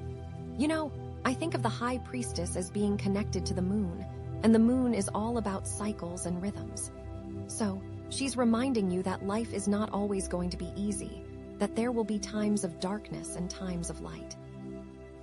But she's also saying that you have the inner resources to navigate those cycles, to weather the storms, and to emerge stronger on the other side. She's like, trust the process, trust the timing. Everything is happening exactly as it should. And that Temperance card asks you to be patient, right? So the High Priestess is like, yes, be patient and trust your inner voice. Now, let's talk about how the High Priestess interacts with that Five of Pentacles energy, because that's where things get really interesting. The Five of Pentacles, with its feelings of lack and isolation, can be a really tough place to be. But the High Priestess offers a different perspective. She's saying that even in the midst of hardship, you have access to a deep well of inner resources. You have intuition, you have inner strength, you have the ability to connect with something greater than yourself. It's like, even when you feel like you're on the outside looking in, you can still tap into your own inner power and find a sense of hope and resilience. Maybe the Five of Pentacles is telling you that you need to let go of some old beliefs or patterns that are no longer serving you. Maybe you're holding on to a belief that you're not good enough or that you don't deserve to be happy. The High Priestess can help you to identify those limiting beliefs and to release them. She's like, you are worthy, you are capable, you are loved. Now start believing it. I think, too, the High Priestess is offering a sense of comfort. Like that Five of Pentacles can feel so lonely, but she's reminding you that you're never truly alone. You always have access to your own inner guidance, to your own intuition, and to the support of the universe. She's like, I'm here with you. I'm guiding you. Trust that you're being taken care of. You know what this reminds me of? Remember when I was going through that really bad breakup? I felt so lost and alone, and I didn't know what to do. But then I started meditating, and I started listening to my intuition, and I realized that I was actually better off without that person. It was like the High Priestess came into my life and showed me the truth, and it was so liberating. So, how can you embody this High Priestess energy in your own life? Well, start by paying attention to your dreams. Your dreams are a direct line to your subconscious mind, and they can offer valuable insights into your deepest desires and fears. Keep a dream journal and write down your dreams as soon as you wake up. Then, try to analyze them and see what messages they might be trying to tell you. Next, spend time in nature. Nature is a powerful source of intuition and healing. Go for a walk in the woods, sit by the ocean, or just spend some time in your garden. Pay attention to the sights, sounds, and smells around you, and let yourself connect with the natural world. Also, try meditating. Even just 5 or 10 minutes a day can make a huge difference in your ability to connect with your intuition. Find a quiet place where you won't be disturbed, close your eyes, and focus on your breath. Let your thoughts come and go without judgment, and just allow yourself to be present in the moment. This can be a super difficult practice, but it has a huge payoff. And finally, trust your gut. If something feels off, even if you can't explain why, then trust that feeling. Your intuition is always guiding you, even when you're not consciously aware of it. Pay attention to those subtle nudges, those little whispers, and trust that they're leading you in the right direction. The more you trust your intuition, the stronger it will become. The High Priestess is all about secrets, right? Hidden knowledge. So what secrets is she whispering to you right now? What truths are waiting to be revealed? Are there hidden opportunities that you're not seeing? Are there people in your life who are not being honest with you? What is your intuition trying to tell you about those choices from the Seven of Cups? What is she revealing about the balance you need to strike, guided by temperance? And what does she have to say about those challenges and feelings of lack from the Five of Pentacles? Is there a hidden blessing in disguise? Are you stronger than you think? Is there a secret path forward that you haven't considered? Ooh, this is so exciting. I feel like we're on the verge of a major breakthrough. And what about that King of Cups? Is he ready to fully embrace the wisdom of the High Priestess? Is he ready to surrender to his intuition and trust his inner knowing? Is he going to reveal some of his own secrets?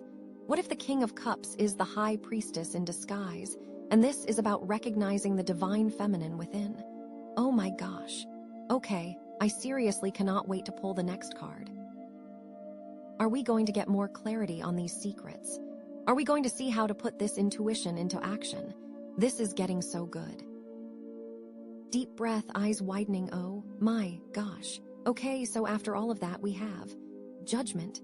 Another breath, softer Judgment. That's intense.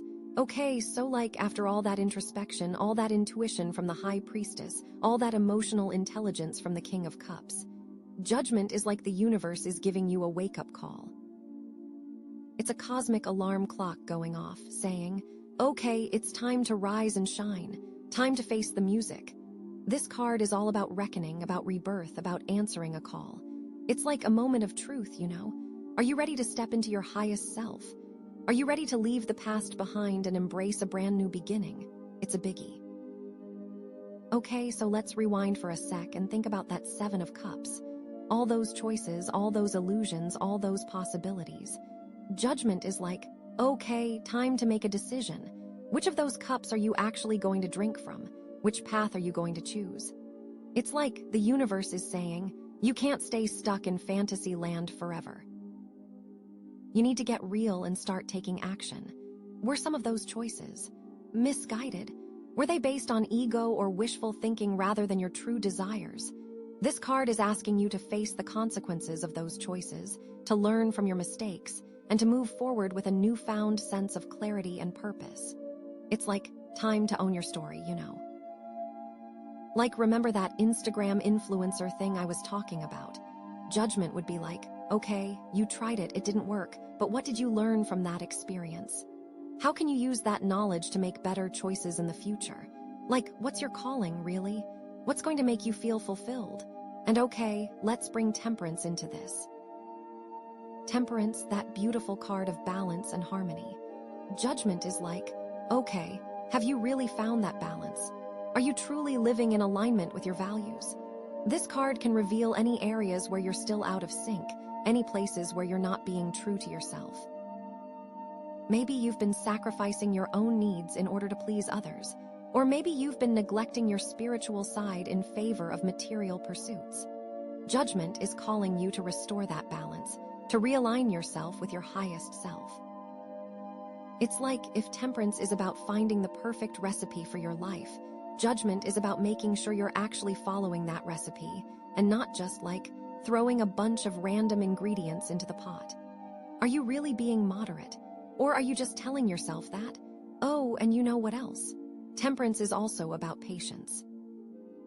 It's about understanding that things take time and that you can't rush the process.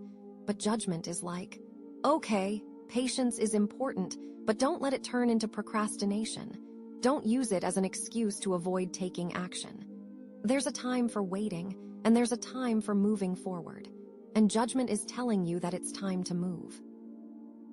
Slightly softer tone now, let's talk about the Five of Pentacles, because this is where things get really interesting. The Five of Pentacles, that card of hardship and lack. Judgment is like, okay, have you learned the lessons from those challenges? Are you ready to rise above them? This card is not about dwelling on the past.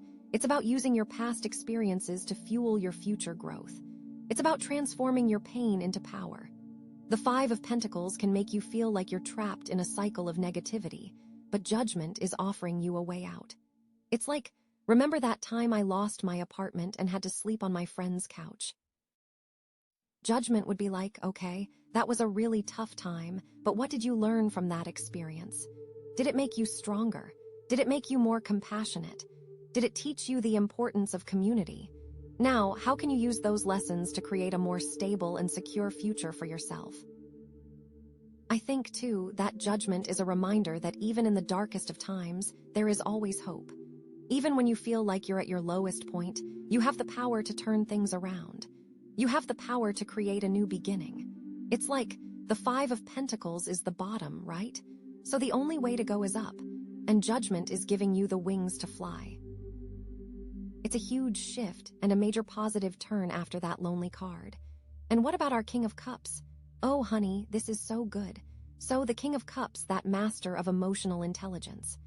Judgment is like, okay, are you using your emotional skills to their fullest potential? Are you being a true leader, a true source of compassion and guidance for yourself and others? This card is calling you to step into your power as an emotionally mature individual. It's about using your empathy and understanding to make a positive impact on the world. The King of Cups knows how to manage his emotions, but judgment is asking him to use those emotions to inspire others, to uplift them, to help them find their own inner strength. It's like the King of Cups isn't just about taking care of himself, he's about taking care of his community. How can you use your emotional gifts to make the world a better place?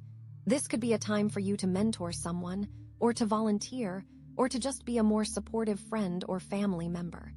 The Judgment card is asking, is the king ready to fully embrace his calling? Is he ready to step into his role as a leader?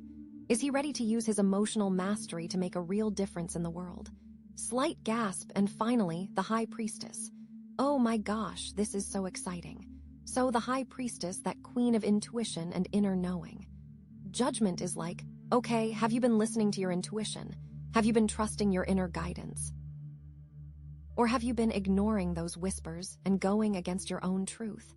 This card is calling you to fully embrace your intuition, and to use it to make decisions that are aligned with your soul's purpose. It's about trusting that you know what's best for you, even when others might disagree. The High Priestess has access to all the secrets of the universe, but Judgment is asking her to share those secrets, to use her wisdom to guide others on their own paths. Like, were you really listening to your intuition with the Seven of Cups? Did you listen to that inner voice while finding balance with the Temperance card?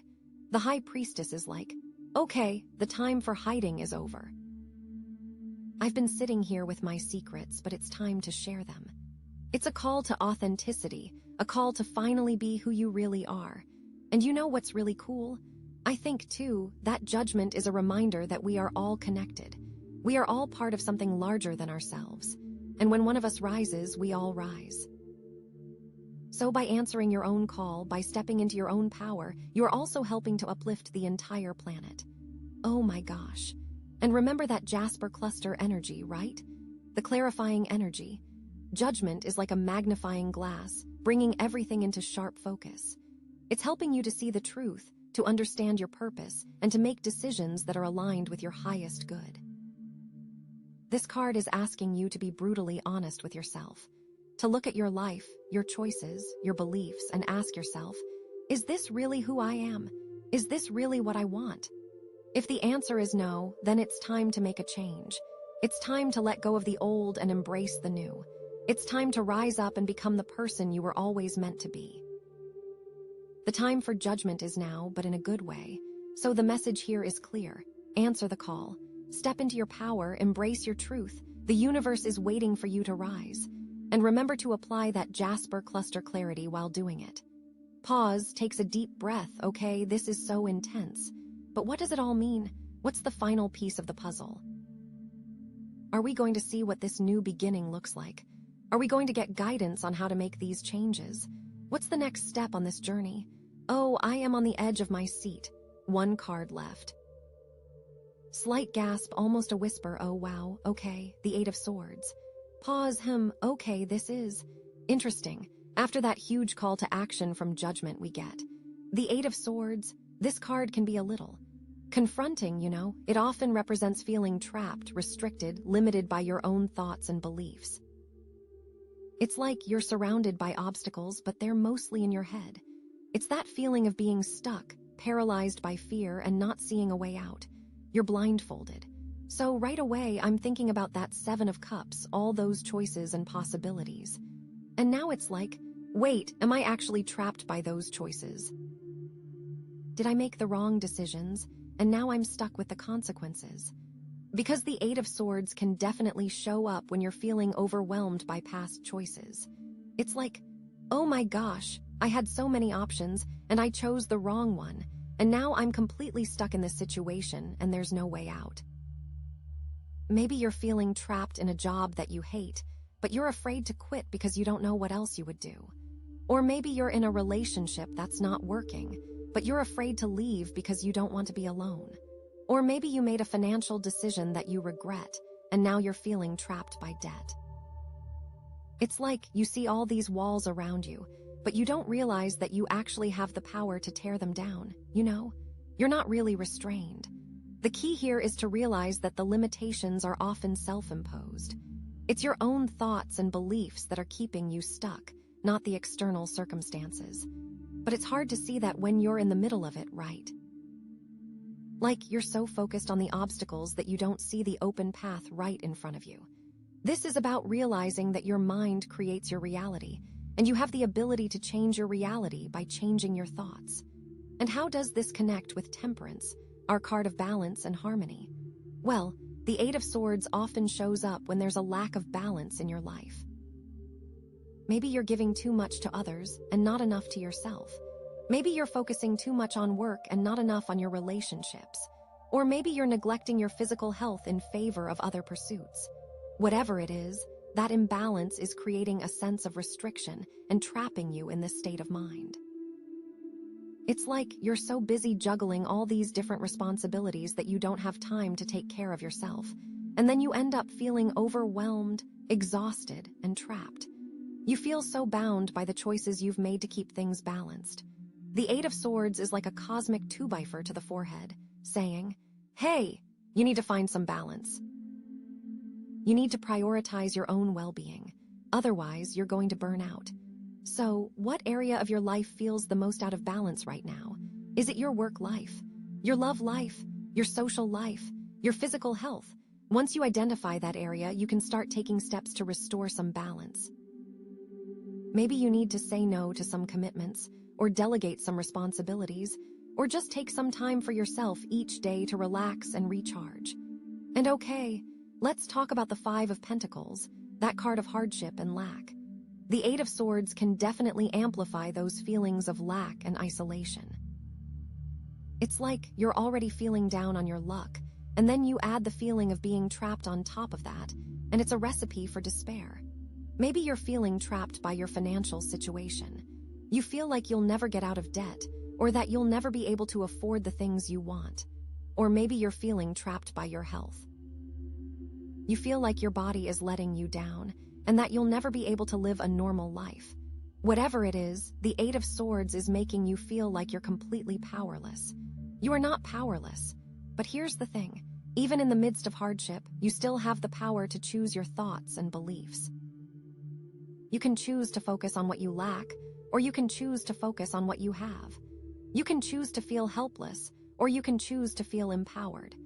The Eight of Swords is challenging you to shift your perspective and see the possibilities even in the midst of the challenges. This card is reminding you that you have inner resources, inner strength, and inner resilience. You have the ability to overcome any obstacle, no matter how difficult it may seem. You just need to believe in yourself and trust that you're being guided. That Five of Pentacles, though, it can also be a sign that you're focusing too much on what you don't have and not enough on what you do have. Maybe you're so fixated on your financial struggles that you're forgetting about all the other blessings in your life. Change in tone, more encouraging. Now, let's bring in our King of Cups, that master of emotional intelligence. How can he help us break free from this feeling of being trapped? Well, the King of Cups is all about understanding and managing your emotions, right? So he can help you to identify the fears and anxieties that are keeping you stuck. What are you really afraid of? Are you afraid of failure? Are you afraid of rejection? Are you afraid of change? Once you identify those fears, you can start to challenge them. Are they really based on reality? Or are they just stories that you're telling yourself? Are you really as trapped as you think you are? The King of Cups can also help you to develop some coping mechanisms for dealing with those feelings of anxiety and overwhelm. Maybe you can try some relaxation techniques, like deep breathing or meditation. Or maybe you can talk to a therapist or counselor who can help you to process your emotions. The key is to remember that you're not alone. Everyone experiences fear and anxiety at some point in their lives. It's a normal human emotion, but you don't have to let those emotions control you. You have the power to manage them, to work through them, and to break free from their grip. The King is steady, grounded, and understanding it is a mindset that is always available. The Eight of Swords is asking you to use this mindset. And okay, let's bring in our High Priestess, that queen of intuition and inner knowing. What is she telling us about this situation? Well, the High Priestess is all about trusting your gut, right? So she's urging you to listen to your intuition and see if it can guide you out of this feeling of being trapped. Your intuition is always there, always guiding you, even when you're not consciously aware of it. Maybe your intuition is telling you that it's time to make a change. Maybe it's telling you that you need to leave that job, or end that relationship, or move to a new city. Or maybe it's telling you that you just need to shift your perspective and see things in a new light. Whatever it is, the High Priestess is urging you to trust your inner guidance and follow your heart. She knows that you have the answers within you.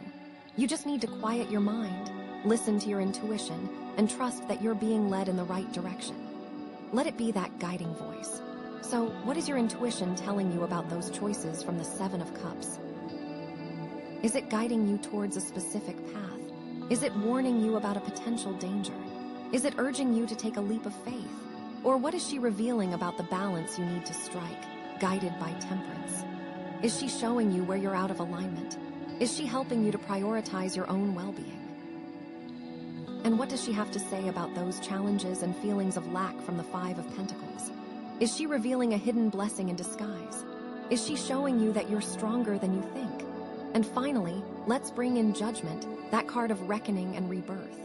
Judgment is calling you to step into your highest self, right? So, what does that look like for you in this situation? What action are you being called to take to liberate yourself from this feeling of being trapped? Are you being called to make a bold move, to take a risk, to step outside of your comfort zone? Are you being called to forgive yourself, to let go of the past, and to embrace a new beginning? Are you being called to speak your truth, to stand up for yourself, and to assert your boundaries? Judgment is like, okay, the time for hiding is over. The time for playing it safe is over. It's time to rise up and become the person you were always meant to be. This card is asking you to have faith in yourself, to trust your intuition, and to take action towards your dreams. You're not really trapped, you know? The only thing that's holding you back is your own fear. This card demands strength and bravery. What is the calling that you are being asked to act upon? What area of your life needs the most immediate attention? So the message here is clear. You are not trapped. You have the power to break free from whatever is holding you back. You just need to shift your perspective, trust your intuition, and take action towards your dreams. Use your strength, use your mind, and use your heart. And remember that Jasper cluster energy, right? The clarifying energy. The Eight of Swords is asking you to get clear on what's really holding you back. What are the thoughts, beliefs, and fears that are keeping you trapped? Once you identify those limitations, you can start to challenge them and break free. You're not trapped, right? Let that clarity guide your way to freedom. Pause, takes a breath. Okay, wow, that was a lot. So the Eight of Swords is definitely a challenging card, but it's also a card of opportunity. It's an opportunity to break free from your limitations, to step into your power, and to create a life that is truly fulfilling. The reading might be over, but the journey is just beginning. Okay, so the Eight of Swords, right? It can feel like a punch to the gut after all that amazing energy we just had. Like, seriously. After Judgment, after that huge call to action, we're stuck again. But hold on, don't freak out. This card isn't saying you're doomed. It's saying, okay, you've come so far, but there's one last hurdle to overcome. And that hurdle is you. It's your own limiting beliefs, your own fears, your own self-doubt. It feels like, well, that's a huge bummer. But that's something you can literally change. The Eight of Swords is asking, what stories are you telling yourself that are keeping you stuck? What are you afraid of? What do you believe you can't do? And the truth is, those stories are probably not even true. They're just old tapes playing in your head, and it's time to change the record. This is about recognizing the illusions, the self-imposed prisons we create, and choosing to unlock the door and walk free, you know? Because the key has been in your pocket all along. It is truly a matter of opening it. And yes, this sucks, but only because it is asking you to see yourself honestly and take accountability. And that's brave. So let's take a step back and look at the whole picture. We started with the Seven of Cups, right? So many choices, so many dreams, but also so much confusion. You were standing at a crossroads, overwhelmed by possibilities, not knowing which way to turn. And then we had Temperance, which was all about finding balance, bringing harmony to your life. You were learning to juggle all those different aspects of yourself, to find that sweet spot where everything felt in sync. But then, bam, the Five of Pentacles hit, and you were faced with some real challenges. Feelings of lack, isolation, hardship. It was like a wake-up call, reminding you that life isn't always easy. But through it all, you kept going. Because, you know, that's what you do. And then came the King of Cups, who brought that amazing emotional intelligence, that compassion, that ability to navigate your feelings and be there for others. You stepped into your power as an emotionally mature individual, ready to lead with love and understanding. The king held the power to show you the truth. Then the high priestess showed up, unlocking your intuition, your inner knowing, your connection to something greater than yourself. You started listening to your gut, trusting your inner guidance, and tapping into the wisdom that's always been within you. You really began to listen to the messages that were inside your heart. And just when you thought you had it all figured out, Judgment came along, calling you to step into your highest self, to embrace your truth, to answer the call of your soul. It was a huge moment of reckoning, a time to leave the past behind and embrace a brand new beginning, to fully realize all of your gifts. And now, here we are with the Eight of Swords. And it feels like a setback, right? Like, oh no, I thought I was finally free, but now I'm trapped again. But don't lose sight of everything you've learned along the way. Don't forget the choices you clarified, the balance you found, the challenges you overcame, the emotional intelligence you developed, the intuition you awakened, and the calling you answered. All of that is still there. It's all part of your journey. You are bringing those lessons to this moment to help you break free. The cards aren't just a story of all you will experience, but a guide to what you hold within. So, what's the message of the Eight of Swords in the context of this entire reading? The message is that the final step in your journey is to break free from your own limiting beliefs, to realize that you are not trapped, that you have the power to create your own reality. It's about releasing the fear, the self-doubt, and the negative self-talk that's been holding you back. And remember to channel that clarifying Jasper cluster energy. Think about it this way. The Seven of Cups gave you all those possibilities, but the Eight of Swords is saying, okay, you can't choose any of them until you believe you're worthy of them. Temperance helped you find balance, but the Eight of Swords is saying, you can't truly be balanced until you release the fear of being out of control. The Five of Pentacles showed you the challenges, but the Eight of Swords is saying, you can't overcome those challenges until you believe you're strong enough. The King of Cups gave you emotional intelligence, but the Eight of Swords is saying, you can't truly connect with others until you connect with yourself. The High Priestess unlocked your intuition, but the Eight of Swords is saying, you can't trust your intuition until you trust yourself. And Judgment called you to step into your highest self, but the Eight of Swords is saying, you can't become your highest self until you release the limitations that are holding you back. So, how do you break free from those limitations? How do you escape the prison of your own mind? Here are a few actionable steps you can take, starting right now. First, identify your limiting beliefs. What are the negative thoughts that keep popping up in your head? What do you believe you can't do? What are you afraid of? Write them down. Get them out of your head and onto paper, then you can really look at them. Are they really true? Where did they come from? Are they serving you? Next, challenge those beliefs. Ask yourself, is there any evidence to support this belief? Is there any evidence to contradict it? Often, you'll find that your limiting beliefs are based on assumptions, fears, or past experiences that are no longer relevant. Then, reframe your thoughts. Turn those negative beliefs into positive affirmations. For example, if you believe, I'm not good enough, try reframing it as I am capable and worthy of love and success. Repeat these affirmations to yourself every day and start to believe them. Practice self-compassion. Be kind to yourself. Treat yourself with the same love and understanding that you would offer to a dear friend. Acknowledge your imperfections, but don't let them define you. Remember that you're human and everyone makes mistakes. Learn from those mistakes and move on. Focus on your strengths. What are you good at? What do you enjoy doing?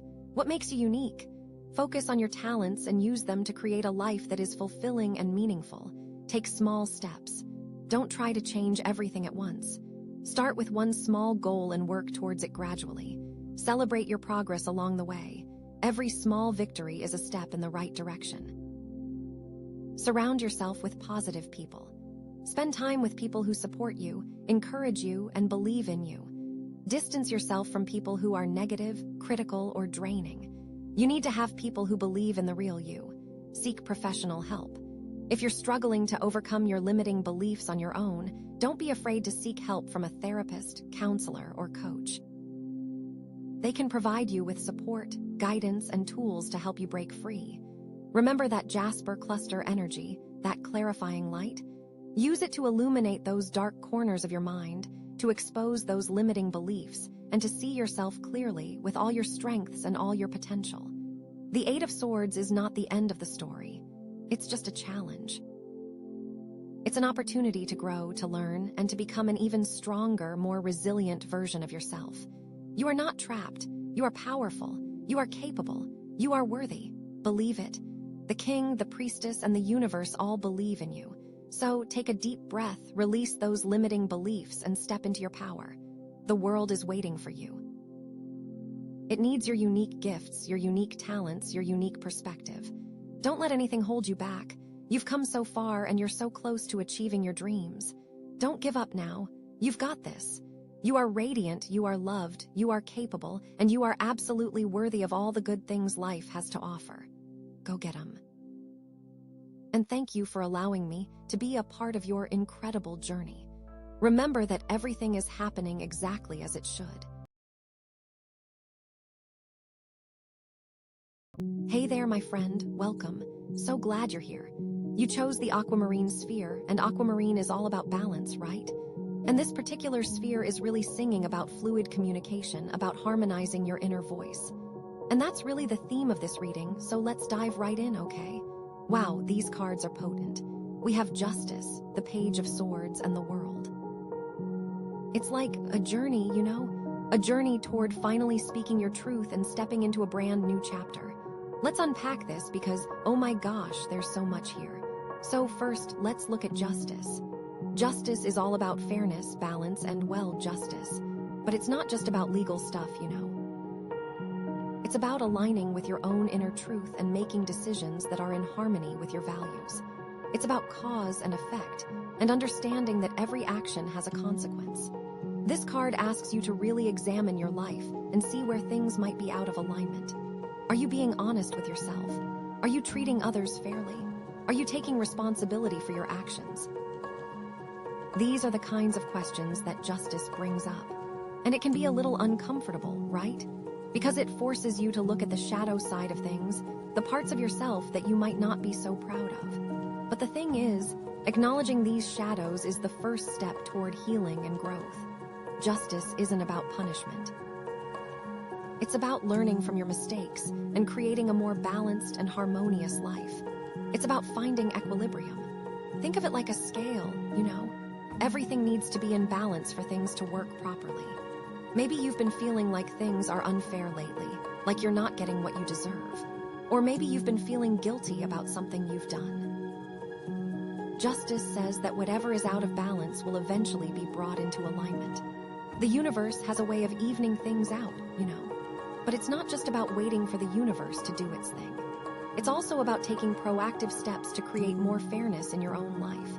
That might mean setting boundaries, speaking up for yourself, or making amends for past mistakes. It's about taking ownership of your actions and creating a life that is in alignment with your values. And because you chose the Aquamarine, this card is screaming at me about speaking your truth, but doing it with grace and compassion. It's not about being aggressive or confrontational. It's about communicating your needs and desires in a way that is clear, honest, and respectful. It's about finding that balance between assertiveness and empathy. Think about a situation in your life right now where you feel like things are out of balance. Maybe it's a relationship, a job, or even just your own inner world. What can you do to bring more fairness and harmony to that situation? What steps can you take to align yourself with your own inner truth? These are important questions to consider. And remember, justice isn't always easy. It can be challenging to confront your own shadows and make difficult decisions. But ultimately, it's about creating a more fulfilling and authentic life. It's about living in integrity and aligning yourself with the highest good. It's a powerful card, and it signals a time for deep reflection and honest self-assessment. Okay, so that's Justice. Now let's move on to the Page of Swords. This card is all about new ideas, communication, and mental clarity. But it's also about being a little bit scattered, you know. The Page of Swords is like a young, enthusiastic student who is full of energy and eager to learn, but hasn't quite figured out how to focus that energy yet. He's got all these ideas swirling around in his head, but he needs to learn how to organize them and communicate them effectively. This card often represents a need for clear thinking and effective communication. Are you struggling to express yourself? Are you feeling confused or uncertain about something? The Page of Swords suggests that you need to take a step back and get clear on what you want to say. It's also about being open to new ideas and perspectives. The Page of Swords is curious and inquisitive, always eager to learn something new. This card encourages you to embrace your curiosity and explore new possibilities. Don't be afraid to ask questions and challenge your own assumptions. But the key with the Page of Swords is to balance that enthusiasm with some groundedness. It's so easy to get caught up in the excitement of new ideas and forget to think things through. The Page of Swords can sometimes be a bit impulsive, jumping to conclusions without considering all the facts. So, this card is really urging you to take your time, do your research, and make sure you have all the information you need before making a decision. Because Aquamarine is singing about clear communication, consider how you're speaking to yourself. Is your inner dialogue kind and supportive, or is it critical and judgmental? The Page of Swords can also represent your own inner critic, that voice inside your head that tells you you're not good enough or that you're going to fail. It's important to recognize that voice and challenge its validity. You have to be kind to yourself and patient, especially when you're learning something new. Don't get discouraged if you make mistakes. Mistakes are part of the learning process. The Page of Swords says, embrace those mistakes, learn from them, and keep moving forward. Your journey is just beginning. And remember, communication is a two-way street.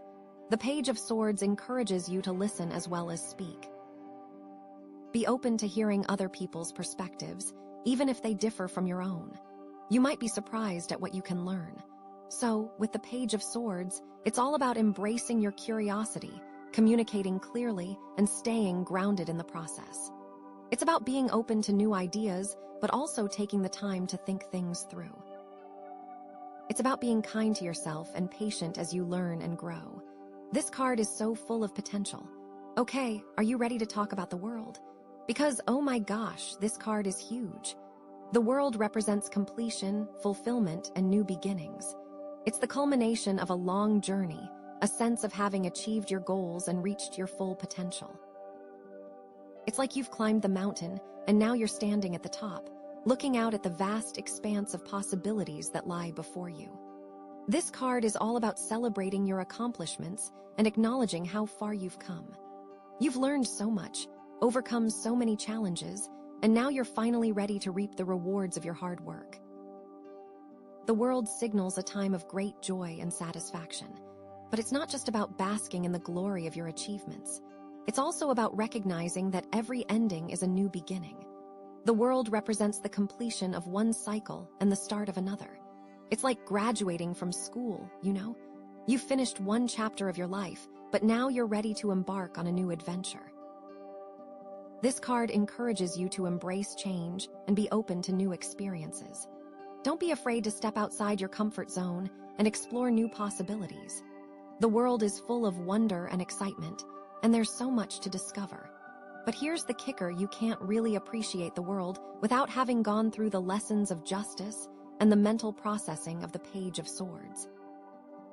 All that work you did to get clear on your values, communicate effectively, and stay grounded. That's what prepared you for this moment of completion. The World card is urging you to integrate all the lessons you've learned along the way. Use your wisdom and experience to create a life that is truly fulfilling and meaningful. Don't be afraid to share your gifts with the world. You have so much to offer, and the world needs your unique talents and abilities. And because you chose the Aquamarine sphere, it's about sharing those gifts with authenticity and grace. It's about speaking your truth in a way that inspires and uplifts others. The World card is like a megaphone, amplifying your voice and allowing you to reach a wider audience. Think about what you want to create in the world. What impact do you want to have? What legacy do you want to leave behind? The World card encourages you to dream big and set ambitious goals. Don't limit yourself to what you think is possible. The only limits are the ones you place on yourself. It's time to break free from those limitations and embrace your full potential. You are capable of so much more than you realize. The world is waiting for you. Go out there and claim it. This isn't just about personal success. It's about contributing to the greater good. The World card encourages you to use your gifts to make a positive difference in the world. Find a cause that you're passionate about and get involved. Volunteer your time, donate your money, or simply spread awareness. Every little bit helps. Together, we can create a world that is more just, equitable, and sustainable. So, to recap, justice is all about balance and fairness, the Page of Swords is about clear communication and new ideas, and the world is about completion and new beginnings. When you put them all together, it's like a roadmap for creating a more fulfilling and meaningful life. You have to start by getting clear on your values and making sure you're living in alignment with your truth. Then, you have to communicate effectively and stay open to new ideas. And finally, you have to embrace change and be willing to step outside your comfort zone. And the Aquamarine sphere is there to help you communicate with clarity and grace every step of the way. Wow, this is so exciting. It's like you're on the verge of something truly amazing. Okay, so after that huge energy of the world, we pull the Ace of Pentacles. Wow, this is like a breath of fresh air, you know? A new beginning, but in a really grounded, practical way. The Ace of Pentacles is all about opportunity, prosperity, and new ventures, but it's not just about Piantheschi dreams. It's about something real, something tangible, something you can build on. It's like the universe is saying, okay, you've reached the top of that mountain, you've learned your lessons, now here's a seed. Plant it, nurture it, and watch it grow. It's the beginning of something amazing, but it requires effort, dedication, and a solid plan. Think of it like finding a winning lottery ticket, but instead of instant riches, it's a ticket to create lasting wealth and abundance through your own hard work. This isn't just luck. It's a chance to create something meaningful and sustainable. You've got this. Now, let's connect this to the cards we've already pulled, because, oh my gosh, it all fits together so perfectly. Remember justice. That was all about aligning with your truth and creating balance in your life. Well, the Ace of Pentacles is like the reward for doing that inner work. It's the universe saying, okay, you've been honest with yourself, you've made amends, you've learned your lessons. Now here's an opportunity to build something solid based on those values. It's like, if you hadn't gone through that process of self-reflection and accountability, you wouldn't even be ready to receive this opportunity. You wouldn't be able to recognize it for what it is, or you might sabotage it without even realizing it. The Justice card really laid the groundwork for this ace to come into your life. It's about integrity and knowing you're on the right path because you have dealt with things fairly. You are squared away, and now the universe can really deliver. And then there's the Page of Swords, with all that mental energy and clear communication. That card was urging you to get clear on what you want, to express yourself effectively, and to stay open to new ideas. Well, the Ace of Pentacles needs that mental clarity. You have to be able to see the potential in this opportunity, to strategize, and to communicate your vision to others. The Page of Swords helps you to articulate your plans and ideas so that you can really bring this ace to life. It's like, you can't just stumble into this opportunity blindly. You need to have a clear understanding of what you're getting into, what your goals are, and how you're going to achieve them. It helps you to see the fine print and ask the important questions, and it helps you to see all the angles. And of course, the world. That card was all about completion, fulfillment, and new beginnings. It was about celebrating your accomplishments and stepping into a new chapter with confidence. The Ace of Pentacles is that new chapter. It's the next step on your journey, the new adventure that awaits you after you've reached the top of the mountain. But here's the thing, you can't just jump into this new opportunity without acknowledging how far you've come. You have to bring all that wisdom, experience, and self-awareness from the world with you. You have to remember what you've learned along the way and use that knowledge to guide you as you build this new venture. It's like you're not starting from scratch. You're building on a solid foundation of past successes and hard-earned lessons. You are seasoned, and now you are ready. So what could this Ace of Pentacles actually look like in your life? Well, it could be a new job offer, a business opportunity, a real estate investment, or even just a new source of income. It could be anything that brings financial stability and abundance into your life. But it's not just about the money, you know.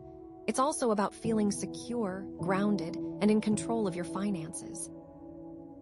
This card is about building wealth, but it's also about building a sense of self-worth and confidence. It is about knowing you are capable of providing for yourself and your loved ones. Maybe you've been dreaming of starting your own business for years, but you've been too scared to take the leap. The Ace of Pentacles could be the sign you've been waiting for. It's the universe saying, go for it. You have what it takes to succeed. Maybe you've been feeling stuck in your current job, but you haven't been sure what to do next. The Ace of Pentacles could bring a new opportunity that aligns with your values and allows you to use your talents in a more meaningful way. Or maybe you've been struggling with debt or financial insecurity. The Ace of Pentacles could bring a solution to your problems, whether it's a new job, a smart investment, or just a shift in your mindset. It's time to take control of your finances and create a more secure future for yourself. Think about what really makes you tick. What do you have to offer? It is time to get clear and get going. But here's the thing, this Ace of Pentacles isn't just going to fall into your lap. You have to be proactive. You have to put yourself out there, network, and be open to new possibilities. You have to do your research, make a plan, and take action. This card is about potential, but it's up to you to bring that potential to life. And remember, it's not just about making money. It's about creating something that is aligned with your values, and that makes a positive impact on the world. It's about building a business that is sustainable, ethical, and that contributes to the greater good. The Aquamarine sphere, with its focus on fluid communication, is so important here. You need to be able to communicate your ideas effectively, to negotiate deals, and to build relationships with clients, partners, and investors. You need to be able to speak your truth with confidence and grace. And you need to be able to listen to others, to understand their needs, and to find common ground. Communication is key to manifesting this Ace of Pentacles. Think about how you can use your words to create opportunities, to build trust, and to inspire others to join you on your journey. Maybe you need to work on your public speaking skills, or maybe you need to learn how to write a compelling business plan. Whatever it is, focus on honing your communication skills, and you'll be amazed at the doors that open for you. You can totally do this. And remember, the Aquamarine is all about harmonizing your inner voice.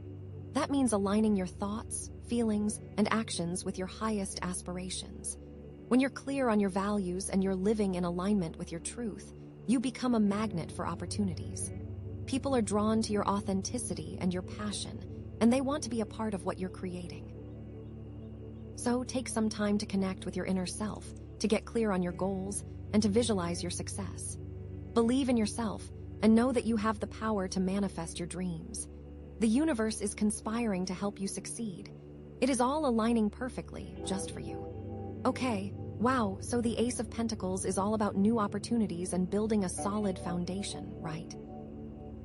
It connects beautifully with justice, the Page of Swords, and the world, building on that journey of self-discovery and achievement. And the Aquamarine is there to help you communicate clearly and manifest your dreams. But what's next? Oh, I'm so excited to see what the next card reveals.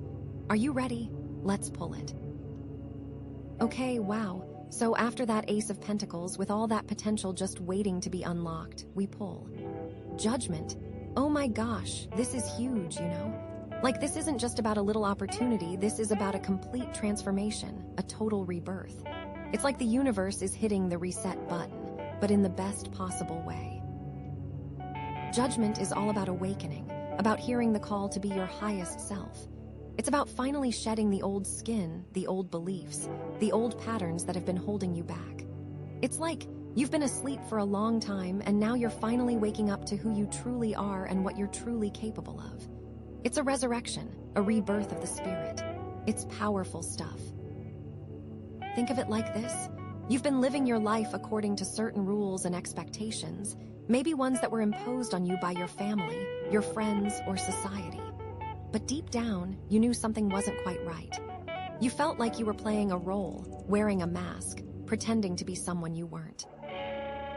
Now, Judgment is calling you to take off that mask, to step into your authentic self, to live your life according to your own truth. But here's the thing, and this is so important. Judgment isn't just about feeling good and embracing your awesomeness, you know? It's also about self-evaluation, about taking a really honest look at your past and acknowledging your mistakes.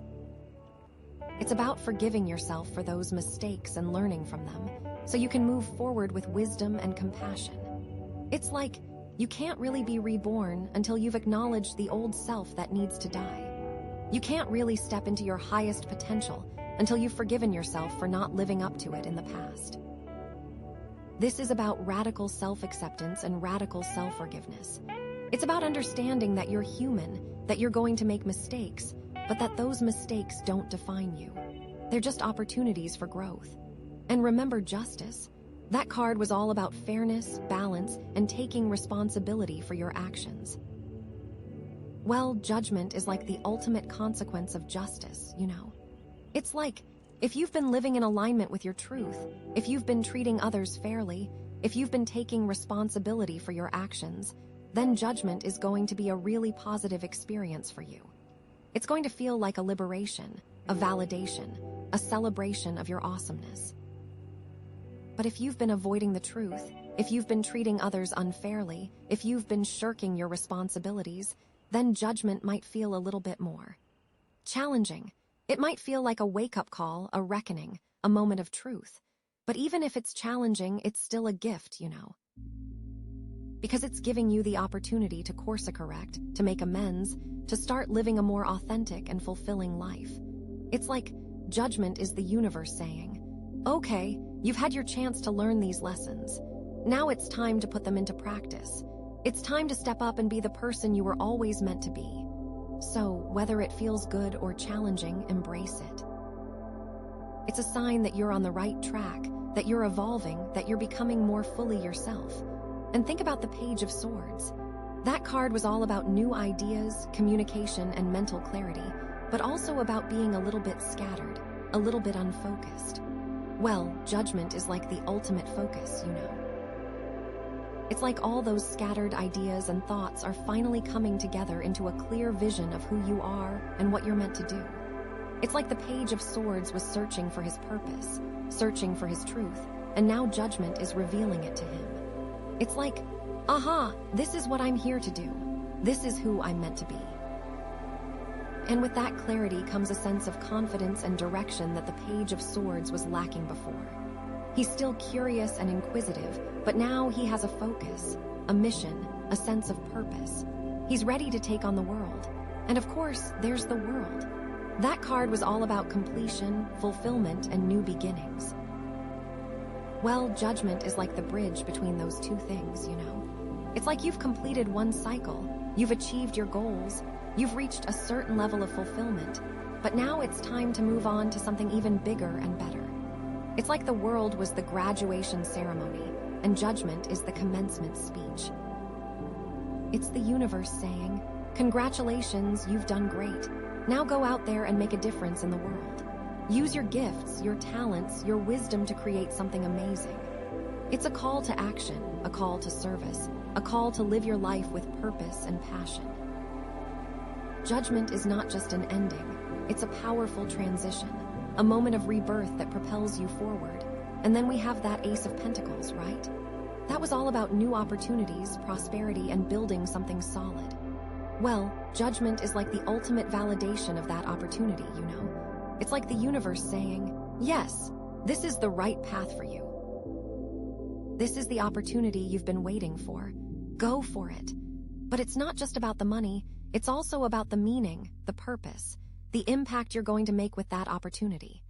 Judgment is urging you to use your talents and resources to create something that is not only financially rewarding, but also spiritually fulfilling.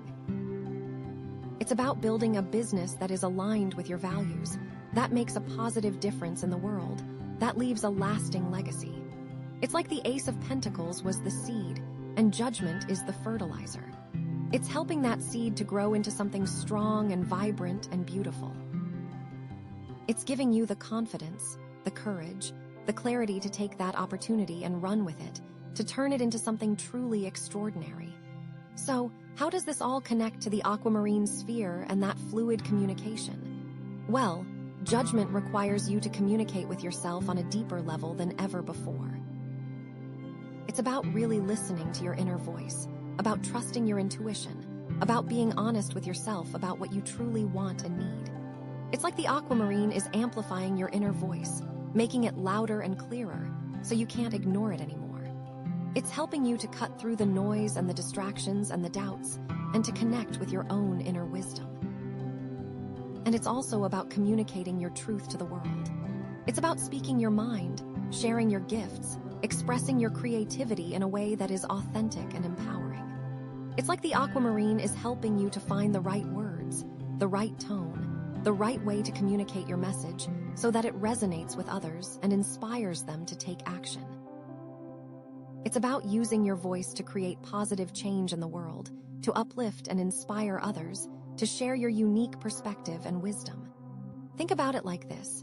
You've been holding back your truth for so long, afraid of what others might think, afraid of being judged, afraid of not being good enough. But now, judgment is giving you the courage to finally speak your truth, to finally express yourself fully, to finally be who you truly are without apology. And the Aquamarine is there to help you communicate that truth with grace and compassion, with clarity and confidence, with authenticity and power. It's helping you to find your voice, to own your voice, to use your voice to create a life that is truly fulfilling and meaningful. So, what does judgment actually look like in your life right now? Well, it could be a major life change, like a new career, a new relationship, a new home, a new spiritual path. It could be a sudden realization about yourself, about your past, about your future. It could be a powerful healing experience, like forgiving someone who has hurt you, or forgiving yourself for something you've done. It could be a creative breakthrough, like finally writing that book, painting that picture, composing that song, starting that business. It could be a moment of profound clarity, like finally understanding your purpose in life, finally knowing what you're meant to do, finally feeling aligned with your soul's mission. Whatever it is, it's going to be big, it's going to be transformative, and it's going to be amazing. The energy is just building and building, you know. It's like all the pieces are finally coming together, and you're on the verge of something truly incredible. You've got justice, helping you to align with your truth. You've got the Page of Swords, helping you to communicate clearly. You've got the World, helping you to celebrate your accomplishments. You've got the Ace of Pentacles, helping you to build a solid foundation. And now you've got Judgment, helping you to awaken to your highest potential and live your life with purpose and passion. This is such an exciting time for you. Don't be afraid to embrace the change, to step into the unknown, to trust your intuition, and to follow your heart. The universe is conspiring to help you succeed, and you have everything you need to create a life that is truly extraordinary. Just remember to stay grounded, to stay balanced, to stay connected to your inner voice, and to keep communicating with clarity and grace. And keep that Aquamarine close, you know? It's going to be your guide and your ally on this incredible journey. Okay, wow. So Judgment is all about awakening, transformation, and answering the call, right? It connects so powerfully with all the previous cards, creating this amazing journey of self-discovery and achievement. And the Aquamarine is there to help you communicate clearly and manifest your dreams. But there's still one card left to pull, right? Oh my gosh, I am so excited to see what the final card reveals. What's the final piece of this puzzle? What's the ultimate message that the angels want you to hear? Are you ready? Let's find out. Okay, wow, so after that Judgment card, after all that life-changing energy we pull. The Fool, oh my gosh, are you kidding me? This is just too perfect, you know? Like, after all that intense self-reflection and transformation, now it's time to just leap. The Fool is all about new beginnings, about taking a chance, about stepping into the unknown with absolutely no fear, just pure trust. It's like the universe is saying, okay, you've done the work, you've faced your demons, you've learned your lessons. Now go have some fun. Go explore, go be free. It's the card of pure potential, pure possibility, pure excitement. Think of it like this. You're standing at the edge of a cliff, right? And you have no idea what's down there. It could be a beautiful meadow filled with flowers, or it could be a bottomless pit of despair. But the Fool doesn't care. He's not worried about the risks. He's not concerned about the consequences. He's just ready to jump.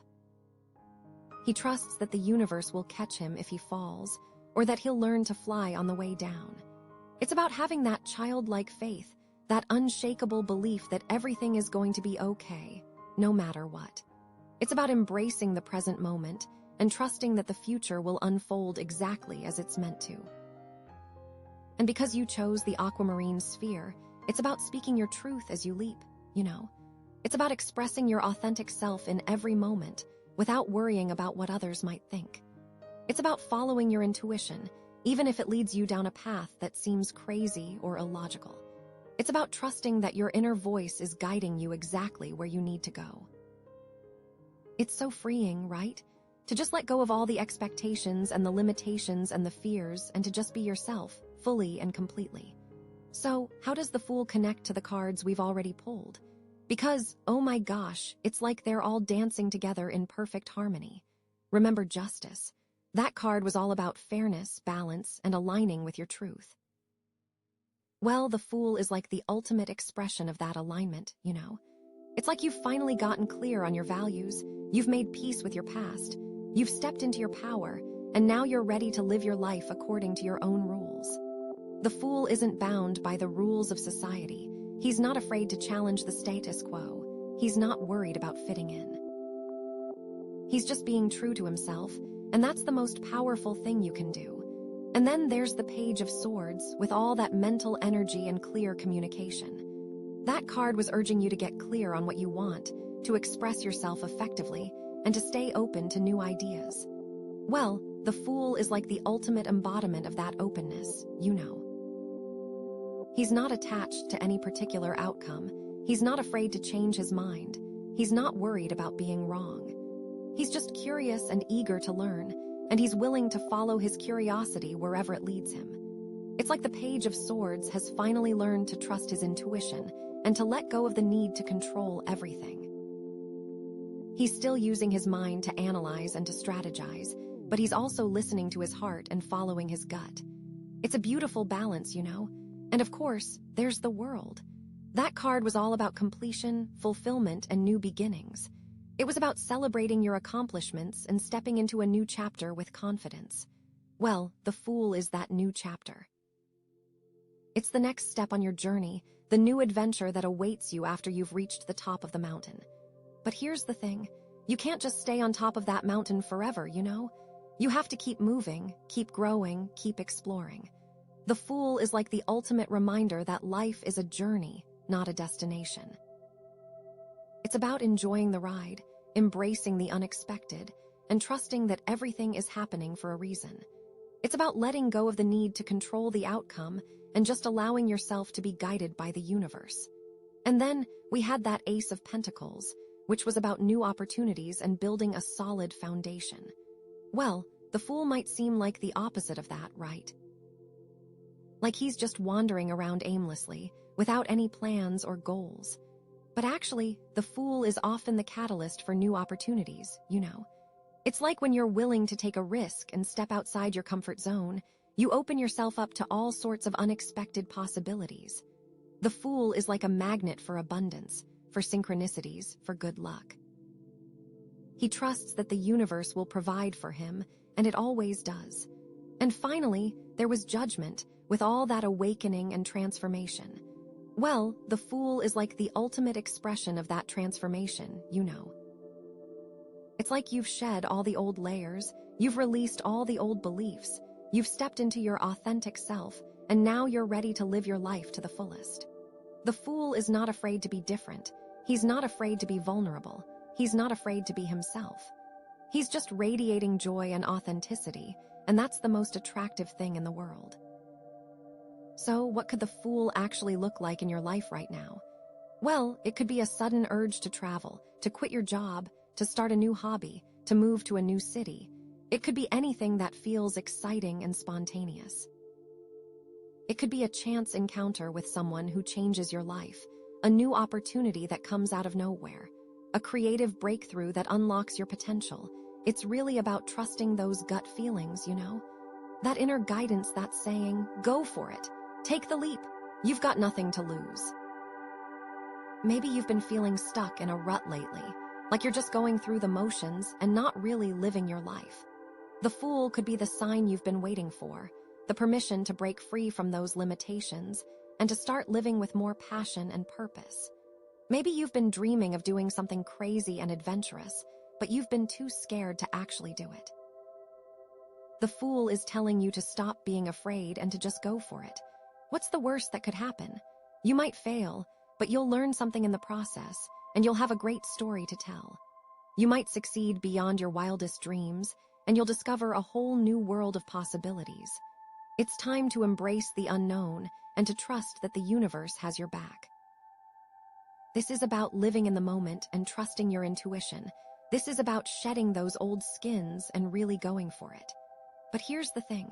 The Fool isn't about being reckless or irresponsible, you know. It's not about throwing caution to the wind and ignoring all the consequences. It's about being mindful and intentional, about making choices that are aligned with your values, about trusting your inner guidance. It's like the Fool knows that he's being watched over by the universe and that he's always being guided in the right direction. He's not afraid to take risks, but he's also not afraid to ask for help when he needs it. He's just living his life with joy and authenticity and trusting that everything is going to be okay. And the Aquamarine sphere is so important here because it's helping you to communicate your truth with clarity and grace, even when you're stepping into the unknown. It's helping you to express your authentic self in every moment without worrying about what others might think. It's helping you to trust your intuition and to follow your heart, even when it leads you down a path that seems crazy or illogical. The Aquamarine is your compass, your guide, your friend, helping you to navigate the unknown with confidence and joy. It's reminding you that you are loved, that you are supported, that you are capable of anything you set your mind to. It's time to unleash your inner fool and to start living your life to the fullest. The energy is just so amazing. It's electric. And remember, you're not alone on this journey, you know? The angels are with you every step of the way, guiding you, protecting you, and showering you with blessings. Trust in their guidance, trust in your intuition, and trust in yourself. You've got this. So the Fool is all about new beginnings and embracing the unknown, right? And it connects so beautifully with all the previous cards, creating this incredible journey of self-discovery and transformation. And the Aquamarine is there to help you communicate clearly and manifest your dreams. But what's the final message? What's the ultimate lesson that the angels want you to learn? Oh my gosh, I am so excited to find out. Are you ready for this? Let's pull the final card. Okay, wow. So after that judgment card, after all that life-changing energy we pull. The 5 of Wands, oh my gosh, are you kidding me? This is just interesting, you know? Like after all that intense self-reflection and transformation, now we get some conflict. The 5 of Wands is all about disagreements, competition, different points of view, maybe even some chaos. It's like the universe is saying, okay, you've awakened, now let's see how you handle a little bit of friction. It's the card of clashing ideas, of figuring out how to work together even when you don't see eye to eye. Think of it like this. You're in a group project, right? And everyone has their own ideas about how things should be done, and no one wants to compromise. There's a lot of arguing, a lot of frustration, a lot of feeling like you're not being heard. The 5 of Wands is that energy, that feeling of being in the middle of a struggle, where everyone's vying for attention and trying to prove that they're right. And because you chose the Aquamarine sphere, it's about finding a way to communicate through that conflict, you know. It's about expressing your own ideas clearly and respectfully, but also being open to hearing other people's perspectives, even if you don't agree with them. It's about finding that balance between assertiveness and empathy, between standing up for yourself and being willing to compromise. It's so important, right? To be able to navigate conflict in a healthy way, especially when you're working towards a common goal. So, how does the 5 of Wands connect to the cards we've already pulled? Because, oh my gosh, it's like they're all telling a story together. Remember Justice? That card was all about fairness, balance, and aligning with your truth. Well, the 5 of Wands is like a test of that alignment, you know. It's like the universe is saying, okay, you've gotten clear on your values, you've made peace with your past, you've stepped into your power. Now let's see how you handle a situation where your values are being challenged. The 5 of Wands isn't about backing down from what you believe in. It's about finding a way to express your beliefs in a way that is both authentic and respectful. It's about standing up for yourself without being aggressive or confrontational. It's a tricky balance, right? But it's so important to maintain your integrity, even when you're facing opposition. And then there's the Page of Swords, with all that mental energy and clear communication. That card was urging you to get clear on what you want, to express yourself effectively, and to stay open to new ideas. Well, the Five of Wands is like a challenge to that communication, you know. It's like the universe is saying, okay, you've learned how to express yourself clearly, but can you do it when you're under pressure? Can you do it when you're surrounded by people who disagree with you? The Five of Wands isn't about shutting down and refusing to listen to other people's opinions. It's about engaging in a constructive dialogue, even when it's difficult. It's about being open to hearing different perspectives, even if they challenge your own beliefs. It's about finding common ground and working together to find solutions that benefit everyone. And of course, there's the World. That card was all about completion, fulfillment, and new beginnings. It was about celebrating your accomplishments and stepping into a new chapter with confidence. Well, the Five of Wands is like a reminder that even when you've achieved your goals, there are still challenges to overcome, you know. It's like the universe is saying, okay, you've reached the top of the mountain, but now you have to figure out how to navigate the terrain on the way down. The Five of Wands isn't about letting conflict derail you from your goals. It's about using conflict as an opportunity for growth and learning. It's about recognizing that even when things get tough, you have the strength and resilience to keep moving forward. And then we had that Ace of Pentacles, which was about new opportunities and building a solid foundation. Well, the Five of Wands can sometimes feel like it's undermining that foundation, right? It can feel like the conflict is threatening to tear everything apart. But actually, the Five of Wands can also be a catalyst for innovation and creativity, you know. It's like when you're forced to defend your ideas, you come up with even better ones. The Five of Wands isn't about giving up on your dreams, it's about being willing to fight for them. It's about recognizing that challenges are inevitable, but that they can also make you stronger and more resilient. And finally, there was Judgment, with all that awakening and transformation. Well, the Five of Wands is like a test of that transformation, you know. It's like the universe is saying, okay, you've awakened to your true potential, but can you maintain that awareness when you're facing adversity? The Five of Wands isn't about reverting back to your old patterns and behaviors. It's about using your newfound wisdom and compassion to navigate conflict in a healthy and productive way. It's about staying true to yourself, even when it's difficult. So, what could the Five of Wands actually look like in your life right now? Well, it could be a disagreement with a coworker, a conflict in a relationship, a challenge to your beliefs, a competitive situation at work. It could be anything that feels like a struggle or a conflict. It could be that you are vying for a promotion or trying to get attention for a new project.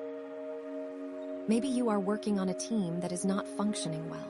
Maybe you are having trouble being seen or heard. Maybe you are starting to question yourself. It's really about recognizing that conflict is a normal part of life and that it doesn't have to be a bad thing. It can be an opportunity for growth and learning if you're willing to approach it with the right attitude. The Five of Wands is calling on you to practice patience, empathy, and understanding. Try to see things from other people's perspectives and be willing to compromise. Don't let your ego get in the way of finding solutions that benefit everyone.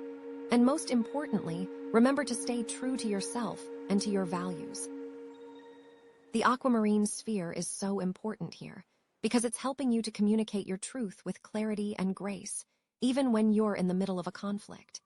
It's helping you to express your needs and desires in a way that is both assertive and respectful.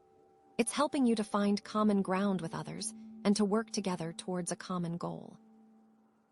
The Aquamarine is your guide, your ally, your friend, helping you to navigate conflict with confidence and compassion. It's reminding you that you are strong, that you are capable, and that you have the power to create positive change in the world, even when you're facing challenges. So embrace the conflict, learn from it, and use it as an opportunity to grow. The angels are with you every step of the way, guiding you, protecting you, and showering you with blessings. Trust in their guidance, trust in your intuition, and trust in yourself. You've got this. The Five of Wands is all about navigating conflict and finding common ground, right? And it connects so beautifully with all the previous cards, creating this complex but ultimately positive journey of self-discovery and growth. But what does this all mean for you, moving forward? What's the next step on this journey? Oh my gosh, I am so excited to see what the next card reveals. I can feel some even bigger changes coming. Are you ready for this next layer? Let's pull the next card. Okay, wow. So, after all that amazing energy, the Justice, the Page of Swords, the World, the Ace of Pentacles, Judgment, Five of Wands, we end up with the Three of Swords. Oh my gosh. I know, it's not exactly the card we were hopping for, right? It's like heartbreak, betrayal, painful truths. It can feel like a dagger to the heart, you know. Like everything's just falling apart. But wait. Before you freak out, let's take a deep breath. Okay? Because here's the thing about tarot, it's not always about rainbows and unicorns. Sometimes it's about acknowledging the tough stuff, the stuff we don't want to look at. And maybe, just maybe, this Three of Swords is exactly what you need to see right now. It's like the universe is saying, okay, you've been through a lot, you've learned a lot, but there's still some healing that needs to happen. Think of it like this. You've been carrying around this weight, this pain, for a long time, maybe without even realizing it. And the Three of Swords is like a release, a letting go. It's painful, yes, but it's also necessary.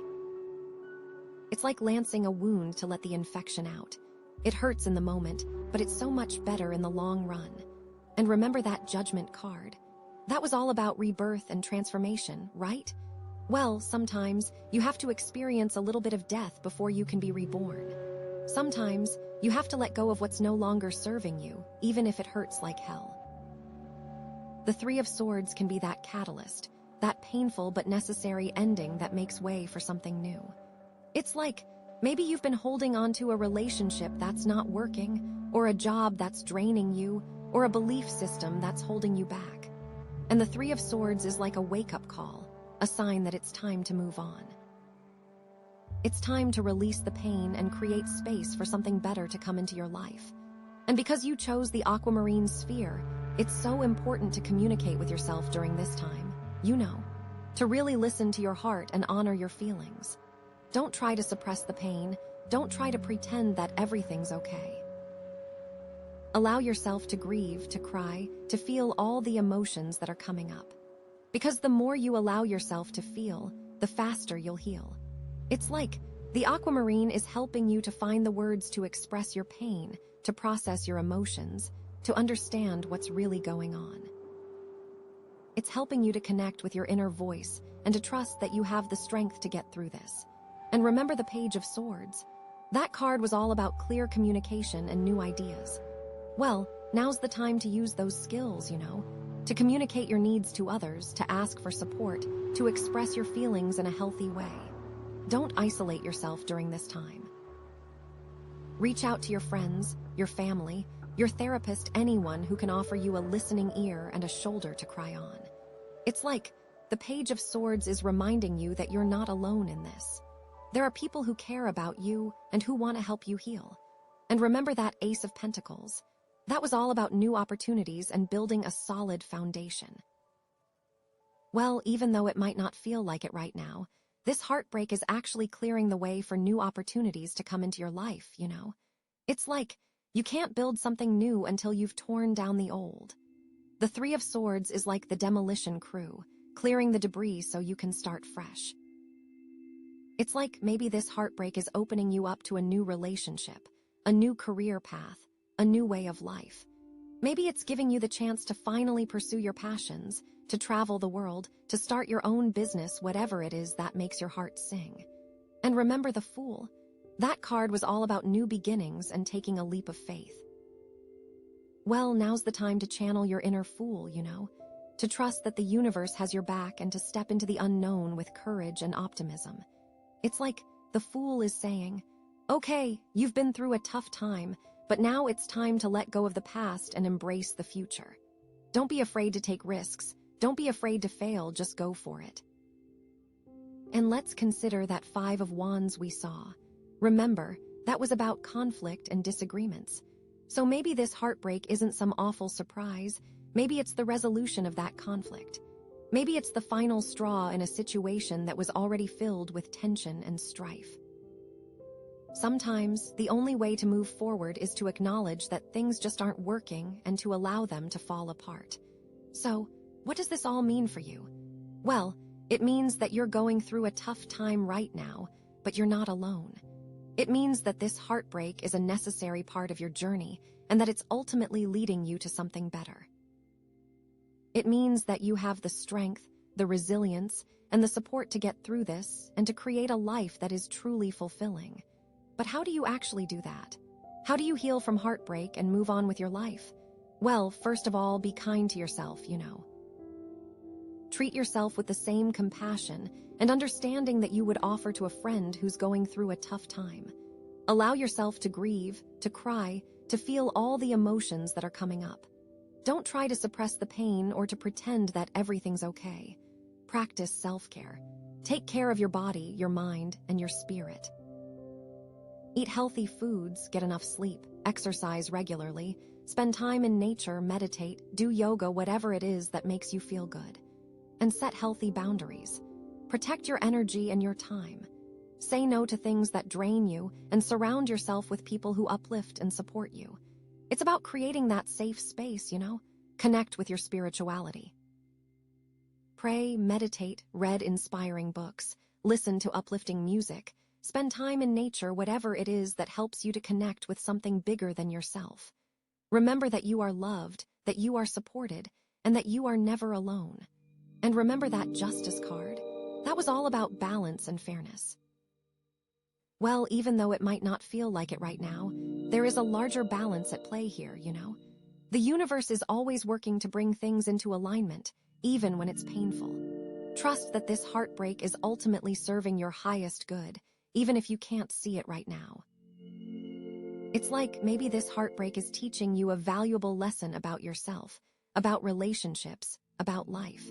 Maybe it's helping you to grow, to evolve, to become a stronger and more compassionate person.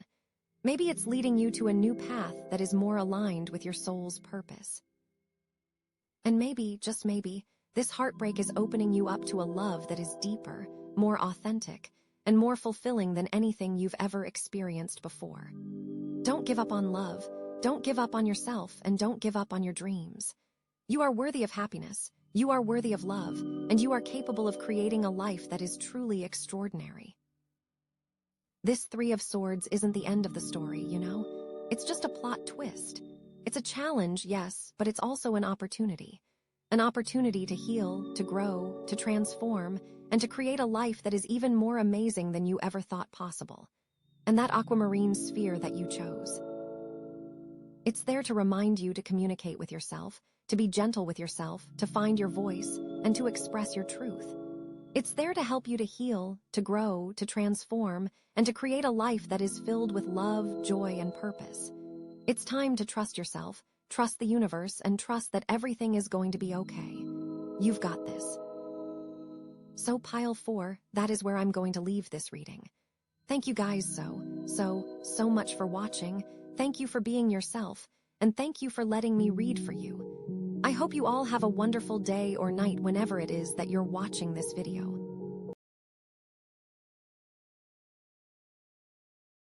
Hi, my friend. Welcome to your reading. So excited you're here. You chose the Amethyst Dragon Pile. This crystal is all about transformative energy, which is perfect because our theme is soaring wisdom, embracing change through spiritual insight.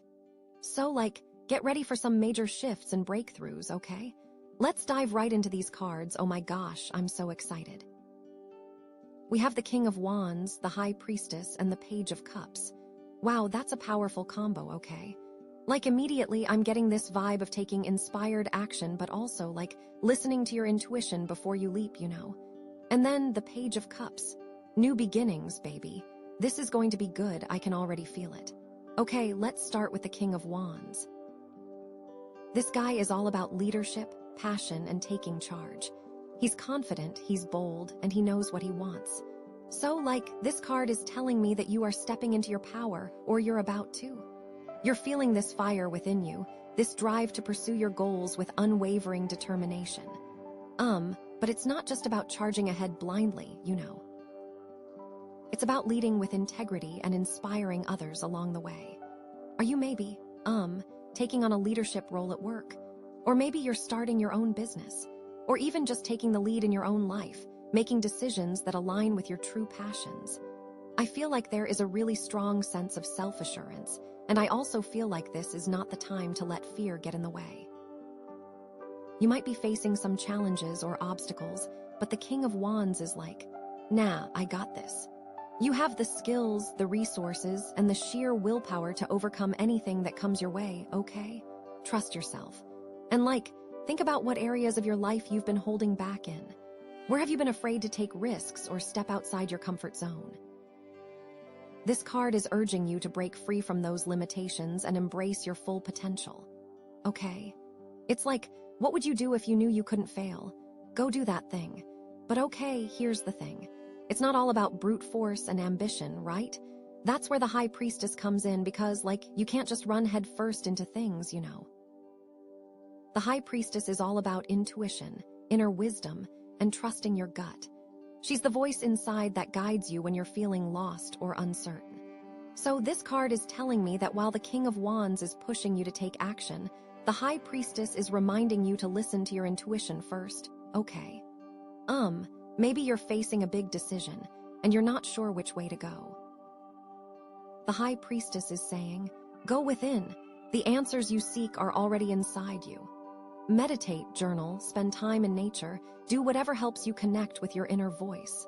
Trust that feeling in your gut. I think you are probably a very intuitive person, even if you don't realize it.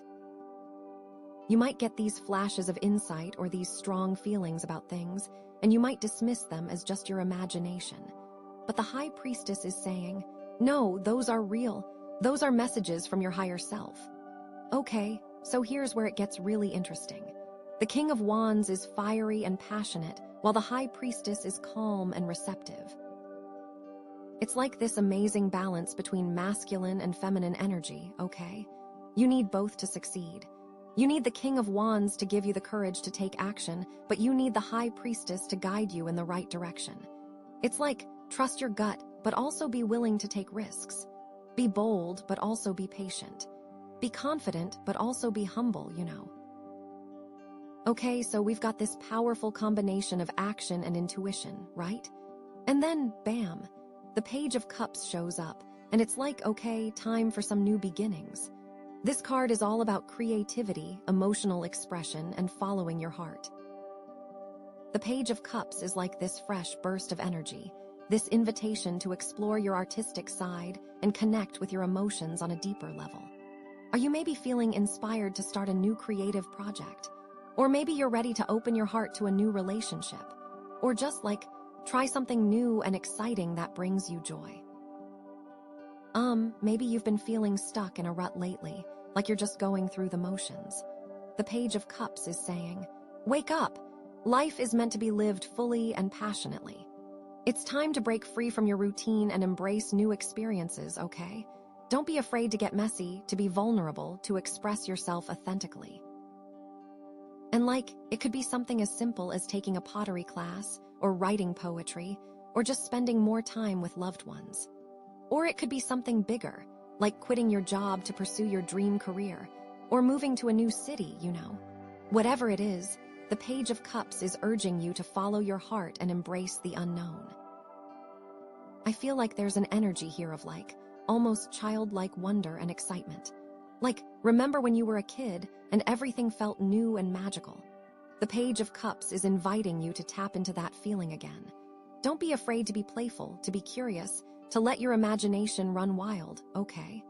I think that this is the perfect time to explore your emotions without judgment. Really allow yourself to feel whatever you're feeling, whether it's joy, sadness, anger, or fear. The Page of Cups is it's okay to be vulnerable. It's okay to cry. It's okay to be yourself. All of these cards are pointing to a time of major transformation and growth, okay? You're stepping into your power with the King of Wands, you're trusting your intuition with the High Priestess, and you're embracing new beginnings with the Page of Cups. It's like you're ready to soar to new heights, and the universe is supporting you every step of the way, okay? But here's the thing, okay? This isn't just about you. It's also about inspiring others. The King of Wands is a leader, remember. So, as you step into your power, you're also inspiring others to do the same. You're showing them that it's possible to live a life of passion, purpose, and joy, and that's a pretty powerful gift, you know? And don't forget to have fun along the way. The Page of Cups is all about playfulness and joy, so make sure you're taking time to do things that make you happy. Spend time with loved ones, pursue your hobbies, and just enjoy the ride, okay? Okay, so, this reading is so exciting. I'm seriously feeling this energy of transformation and new beginnings for you. The King of Wands, the High Priestess, and the Page of Cups are all working together to guide you on this amazing journey. Trust yourself, trust your intuition, and don't be afraid to take risks. You've got this, okay? This amethyst dragon crystal really amplifies that transformative energy, you know. It's helping you to release old patterns and beliefs that no longer serve you, and it's opening you up to new possibilities. It's like you're shedding your old skin and emerging as this new, empowered version of yourself, okay? It's going to be amazing. So yeah, I'm really excited to see what unfolds for you. Just remember to stay true to yourself, to follow your heart, and to trust the journey. You are so ready for this next chapter, and the universe is cheering you on, okay? So, get ready to soar. I feel like what's coming up next is going to really build on this foundation of confidence and intuition, so get ready for more guidance on how to really step into your power. There's so much potential here. It's unbelievable. Okay, so wow, okay, here we go. Are you ready? Because oh my gosh, the next card is the Tower. I know, immediately you're probably thinking, oh no, the Tower, that's the worst card ever. But hold on, okay? With this amethyst dragon energy and everything we've already seen, it's actually a really powerful card of transformation. It's not about destruction for destruction's sake, okay? It's about a sudden necessary upheaval that clears the way for something so much better. It's imagine, you've built this amazing house, right? But the foundation is kind of shaky. The Tower comes along and bam, it shakes everything up, maybe even knocks the house down. But that's because the foundation needed to be rebuilt, you know? It's now you have the opportunity to build something even stronger, even more aligned with your true desires. And okay, think about it in the context of the King of Wands. You're stepping into your power, right? You're feeling confident and bold. But maybe, just maybe, there are some old structures or beliefs that are holding you back from truly soaring, you know? The Tower is okay, time to tear those down. It's forcing you to confront whatever isn't working in your life and to make some serious changes. It might feel scary at first, but trust me, it's going to be so worth it in the end. And okay, what about the High Priestess? You're trusting your intuition, you're listening to your inner voice. But maybe you've been ignoring some red flags, you know? Maybe there are some things that you've been trying to avoid or deny. The Tower is nope, time to face the truth. It's it's shining a light on whatever you've been hiding from yourself so that you can finally heal and move forward. It's a wake-up call, like a spiritual intervention almost. And then the Page of Cups. New beginnings, right? But sometimes to start something new, you have to let go of something old. The Tower is okay, what are you ready to release? It's it's helping you to clear out the clutter, both physical and emotional, so that you can make space for new opportunities to come in. It's about creating a clean slate, a fresh start. Okay, so what could this actually look like in your life? Well, maybe you're in a job that you're not passionate about anymore, but you've been too afraid to quit. The Tower could be a sudden layoff or a company restructuring that forces you to finally pursue your dream career. Or maybe you're in a relationship that's not serving you, but you've been clinging to it out of fear of being alone. The Tower could be a breakup or a major argument that forces you to reevaluate what you really want. Or, maybe you've been living in a place that doesn't feel like home, but you've been putting off moving. The tower could be like a natural disaster or a sudden opportunity that forces you to relocate. Or like, maybe you've been holding on to some limiting beliefs about yourself like, I'm not good enough, or I'll never be successful. The tower could be like a major life event that challenges those beliefs and forces you to step into your true potential. It could also be something less dramatic, Maybe it's just a sudden realization that you need to change your lifestyle, like you need to start eating healthier or exercising more. Or maybe it's a shift in your perspective that changes the way you see the world. Whatever it is, the tower is always about a sudden and unexpected shift that leads to transformation. And okay, it's important to remember that this isn't just about chaos and destruction, okay? It's about clearing the way for something better. It's about releasing what no longer serves you so that you can create space for new opportunities, new relationships, and new experiences to come into your life. It's about building a stronger foundation for your future. Think of it like this, imagine a forest fire, okay? It can be devastating, right? But it also clears out the deadwood and allows new growth to emerge. The tower is kind of like that forest fire. It might feel scary and destructive at first, but it's ultimately necessary for renewal and growth. It's allowing new ideas to come through, new ways of living, and new opportunities to arise. And okay, I know it can be hard to trust the process when you're in the middle of a tower moment. It can feel like everything is falling apart, like you're losing control. But trust me, you're not. The universe is just guiding you towards a better path, even if you can't see it right now. You are being redirected to something that is more closely aligned with your soul's purpose. Remember the Amethyst dragon? This crystal is all about transformative energy, right? So the tower is actually working in harmony with the crystal's energy. It's like the crystal is amplifying the tower's power to help you release old patterns and beliefs that no longer serve you. It's opening you up to new possibilities and helping you to embrace change with courage and grace. It's like you're shedding your old skin and emerging as this new, empowered version of yourself, just like we talked about before, okay? This amethyst dragon is really pushing you towards that higher version of yourself, and sometimes that means shaking things up a bit, It's like, this is all part of the plan, even if it doesn't feel like it right now. And okay, don't forget about the soaring wisdom theme.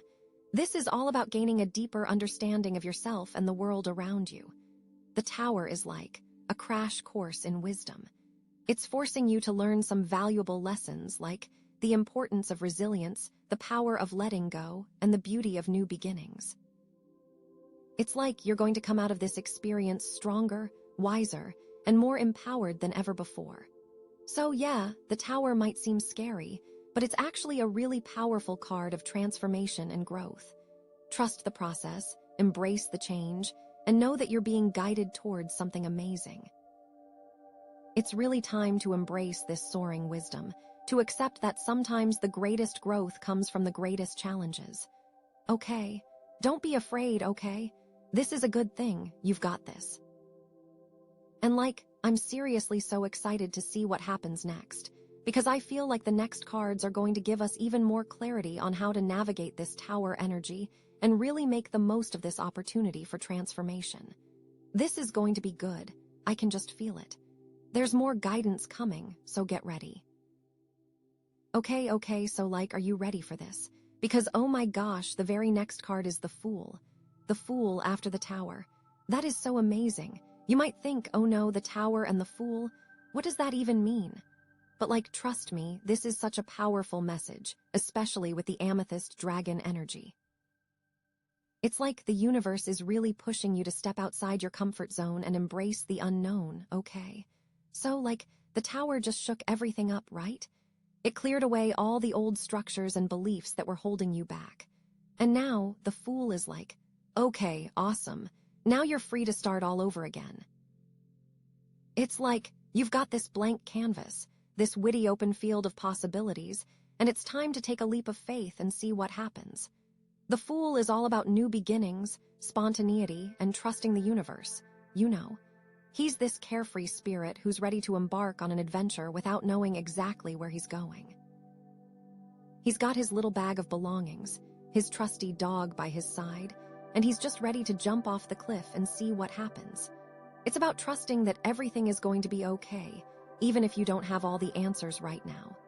It's a feeling of complete surrender, like letting go of control and just allowing the universe to guide you, you know. And think about how this connects to the King of Wands, right? You're stepping into your power, you're feeling confident and bold. The tower might have knocked you down a bit, but the King of Wands' energy is still there, fueling you to get back up and keep going. And the Fool is like, okay, now you're even more powerful because you've learned from your experiences. It's like you've got this newfound wisdom and resilience, and you're ready to take on the world with even more confidence and determination. And okay, what about the High Priestess? You're trusting your intuition, you're listening to your inner voice. The tower might have shaken your faith a little bit, but the High Priestess is still there, reminding you to trust your gut and to follow your intuition. And the Fool is like, okay, now you're even more attuned to your intuition because you've gone through this challenging experience. It's like you've learned to listen even more closely to your inner voice, and you're ready to follow its guidance with even more trust and surrender. And then the Page of Cups. New beginnings, creativity, emotional expression. The tower might have stirred up some emotions, but the Page of Cups is still there, reminding you to embrace your emotions and to express yourself authentically. And the Fool is like, okay, now you're even more in touch with your emotions because you've allowed yourself to feel them fully. It's like you've released any pent-up emotions, and you're ready to express yourself with even more joy and enthusiasm. So, how does this actually play out in your life? Well, maybe the tower was like a job loss, and now the Fool is like, okay, awesome. Now you're free to pursue your dream career. It's like you've always wanted to be an artist or a writer or a musician, but you've been too afraid to take the leap. The Fool is saying, now is the time, go for it. Trust that you have the talent and the skills to succeed. Or maybe the tower was a breakup and the Fool is like, okay, awesome. Now you're free to find true love. It's like you've been in this relationship that wasn't serving you, but you were too afraid to be alone. The Fool is saying, now you're free to attract someone who truly aligns with your values and your desires. Trust that the universe will bring you the perfect partner. Or maybe the tower was a move to a new city, and the Fool is like, okay, awesome. Now you're free to explore new cultures and experiences. It's like you've always wanted to travel the world, but you've been too afraid to leave your comfort zone. The Fool is saying, now is the time to pack your bags and go on an adventure. Trust that you'll meet amazing people and have unforgettable experiences. Or maybe the tower was just a major shift in your perspective, and the Fool is like, okay, awesome. Now you're free to see the world in a whole new way. It's like you've been stuck in this negative mindset, but now you're ready to embrace positivity and optimism. The Fool is saying, now is the time to focus on the good things in your life and to attract even more abundance and joy. And it's important to remember that the Fool is all about childlike wonder and excitement. It's about seeing the world through the eyes of a child, with curiosity and enthusiasm. It's about not taking yourself too seriously and just having fun along the way. The tower might have made you feel like you had to grow up and be responsible, but the Fool is saying, it's okay to be playful. It's okay to be silly. It's okay to be yourself. This Amethyst dragon energy is really amplifying this sense of transformation and new beginnings. It's like it's helping you to release any remaining fears or doubts and to fully embrace the unknown. The Fool is all about trusting the journey, and this crystal is helping you to do just that. It's like it's giving you the courage to take that leap of faith and to see where it leads you. Okay. It's really about trusting that divine timing will lead you to where you are meant to be. And okay, don't forget about the soaring wisdom theme. This is all about gaining a deeper understanding of yourself and the world around you. The tower might have felt like a setback, but it actually taught you some valuable lessons. The Fool is like, okay, now you're ready to apply those lessons to your life and to create a future that's even more aligned with your soul's purpose. The Fool is saying, it's time to embrace change, to trust the unknown, and to follow your heart with joy and enthusiasm. It's time to let go of control and to allow the universe to guide you on this amazing adventure. And remember what we talked about with the King of Wands. It's not just about you. As you step into this new beginning, you're inspiring others to do the same. You're showing them that it's possible to overcome challenges and to create a life that's full of passion, purpose, and joy. And that's a pretty amazing gift, you know? So it's about leading by example and inspiring others with your courage and your faith. And okay, remember, this reading is just a guide. It's not a prediction of the future. You have the power to create your own reality. The Fool is reminding you that anything is possible. It's up to you to choose what you want to create in your life. So, what are you waiting for? Take that leap of faith, embrace the unknown, and trust that the universe has your back, okay? I'm so excited for you. So, what's coming up next is going to give us even more insight into how to navigate this new beginning and how to really make the most of this opportunity for growth and transformation. I feel like we're going to get some really specific guidance on how to stay grounded and centered as you embark on this new adventure. Okay, get ready. The next card is waiting. Okay, so oh my gosh, here it is, the very next card, and we have the Five of Cups. Now, I know what you're probably thinking, right? After the Tower and the Fool, you're probably oh great, more bad news. Because the Five of Cups, traditionally, it's not the happiest card in the deck, you know. It's all about loss, disappointment, regret, focusing on what you've lost instead of what you still have. You see that figure, all cloaked and sad, staring at those spilled cups, totally missing the two cups still standing behind them, right? So, at first glance, it might seem like a total downer card, especially after all that transformation and new beginning energy we've been seeing, you know. You might be feeling did I make a mistake? Is this new path going to lead to more heartache? Or am I just going to keep messing things up? But hold on a second, okay? Because, with this Amethyst dragon energy, and with everything else we've seen in this reading, I really feel like this card is actually offering some really important guidance, okay? It's not just about wallowing in your sorrows, it's about, acknowledging your feelings, processing your emotions, and ultimately finding a way to heal and move forward, okay? So it's not as doom and gloom as it seems. Okay, so, let's think about how this connects to the Tower and the Fool, right? The Tower, shook everything up. It cleared away all those old structures and beliefs that were holding you back. But, sometimes when those structures come crashing down, it can be really painful, you know. It can feel like you've lost something really important, like a job, a relationship, a sense of security, you know. So the Five of Cups is kind of acknowledging that pain. It's saying, yeah, it's okay to feel sad about what happened. It's okay to grieve the loss. You can't just skip straight to the happy stuff, you know. It's important to let yourself feel those feelings so you can move forward. And then, the Fool, right?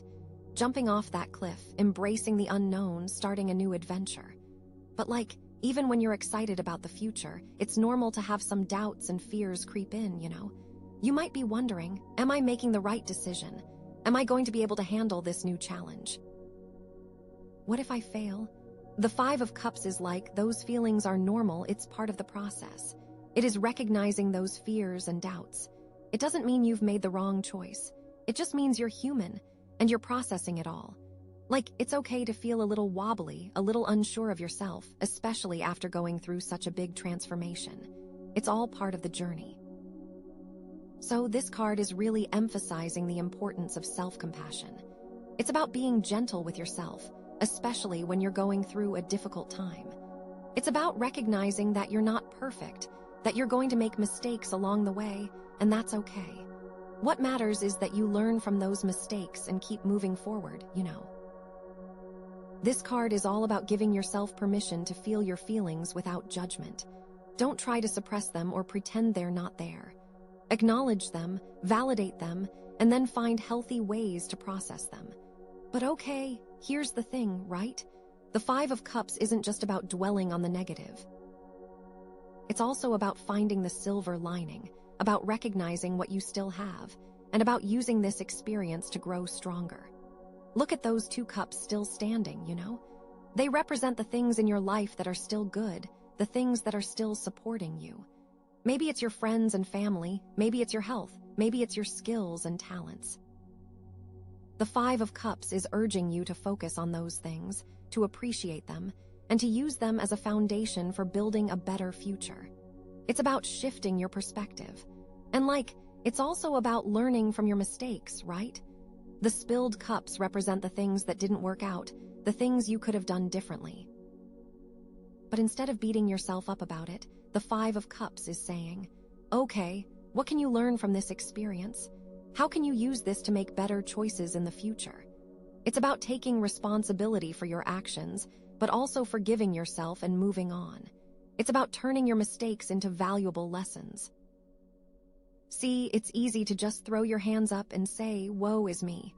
But that's not what this is about. And it's also important to remember that loss is a natural part of life. Everyone experiences it at some point, whether it's the loss of a loved one, the loss of a job, or the loss of a dream. The Five of Cups is saying that it's okay to grieve those losses, but it's also important to remember that you're not alone. There are people who care about you, people who want to support you. Reach out to them, talk to them, and let them help you through this difficult time. It's about building and leaning on your support system. You don't have to go it alone. And really, it's about finding the strength within yourself to overcome adversity. The Five of Cups is a reminder that you are stronger than you think you are. You've gotten through difficult times before, and you can get through this one too. Trust in your own resilience, trust in your ability to heal, and know that brighter days are ahead. So, what can you actually do to deal with these feelings of loss and disappointment, right? First of all, allow yourself to feel your feelings, okay? Don't try to suppress them or pretend they're not there. Find a safe space where you can cry, scream, or just let it all out. It's important to release those emotions so they don't get bottled up inside. Keeping them inside doesn't do you any good, you know? And talk to someone you trust. It could be a friend, a family member, a therapist, or a support group. Sharing your feelings with someone else can help you to process them and to feel less alone. Sometimes just saying it out loud is enough to make you feel better, like a weight has been lifted. And practice self-care. Take care of your physical and emotional needs. Eat healthy foods, get enough sleep, exercise, and do things that bring you joy. When you're feeling down, it's easy to let those things slide, but it's important to prioritize them. Taking care of yourself is not selfish, it's essential. Journal your thoughts and feelings. Writing can be a really powerful way to process your emotions and to gain clarity about what you're going through. You can write about your experiences, your feelings, your hopes, and your dreams. Just let it all flow and don't worry about making it perfect. And practice mindfulness. Pay attention to the present moment without judgment. Focus on your breath, your senses, and your thoughts. Mindfulness can help you to calm your mind, to reduce stress, and to appreciate the simple things in life. It's about staying present and not focusing on the past or the future. And set small, achievable goals. When you're feeling overwhelmed, it can be helpful to break things down into smaller steps. Set some small goals that you can achieve each day and celebrate your progress along the way. This can help you to build momentum and to feel more in control of your life. It's about proving to yourself that you can still accomplish things, even when you're feeling down. Remember, you are capable and strong. And this is where the Amethyst dragon energy really comes in, right? This crystal is all about transformation, about transmuting negative energy into positive energy. So, the Five of Cups with the Amethyst dragon isn't just about feeling sad, it's about using that sadness as fuel for growth and transformation. It's about turning your pain into power. It's you're taking that heavy, dark energy and you're transforming it into something beautiful and meaningful. And don't forget about the soaring wisdom theme. This is all about gaining a deeper understanding of yourself and the world around you. The Five of Cups is a reminder that even in the midst of loss and disappointment, there are valuable lessons to be learned. It's about finding the wisdom in your experiences and using it to create a better future. It's about soaring above the challenges and seeing things from a higher perspective. It's about recognizing that everything happens for a reason, even if you don't understand it at the time. It's about trusting that the universe has a plan for you, even when things are difficult. And it's about knowing that you have the strength and the resilience to overcome any obstacle that comes your way. So, yeah, the Five of Cups might seem like a bummer card at first, but it's actually a really important reminder that it's okay to feel your feelings, that it's okay to grieve your losses, and that it's always possible to heal and move forward. It's about finding the strength within yourself to overcome adversity and to create a life that's full of joy, purpose, and meaning. And with this Amethyst dragon energy, you're totally supported in that transformation. Okay, so, I'm seriously so excited to see what's coming up next, because I feel like the next card is going to give us even more guidance on how to integrate these lessons and how to really embrace this new beginning with confidence and hope. Get ready, because I think it's going to be amazing. Okay, so oh my gosh, here we go. After all that, after the Tower, the Fool, and especially the Five of Cups, you're probably thinking, seriously, what now? But trust me, okay? This is actually really good because, oh my gosh, the very next card is the Wheel of Fortune. I know, right? It's after all that potential disappointment with the Five of Cups, the universe is just kidding. Here's a major turning point. And this isn't just any turning point, this is the Wheel of Fortune, baby. It's all about destiny, cycles, and the law of attraction. So, get ready for things to start moving in your favor, okay? But okay, it's not just about good luck falling from the sky, okay? It's about understanding the bigger picture, about recognizing the patterns in your life, and about aligning yourself with the flow of the universe. And with this Amethyst dragon energy, girl, you're about to level up, okay? This is transformative on a whole new level. Okay, so, let's dig into this, right? The Wheel of Fortune. It's a major arcana card, which means it's a big freaking deal. It represents major life lessons, karmic cycles, and significant turning points. It's the universe is giving you a nudge, saying, hey, pay attention. Things are about to change. And sometimes that change is good, sometimes it's challenging, but it's always necessary for your growth, okay? So remember the King of Wands?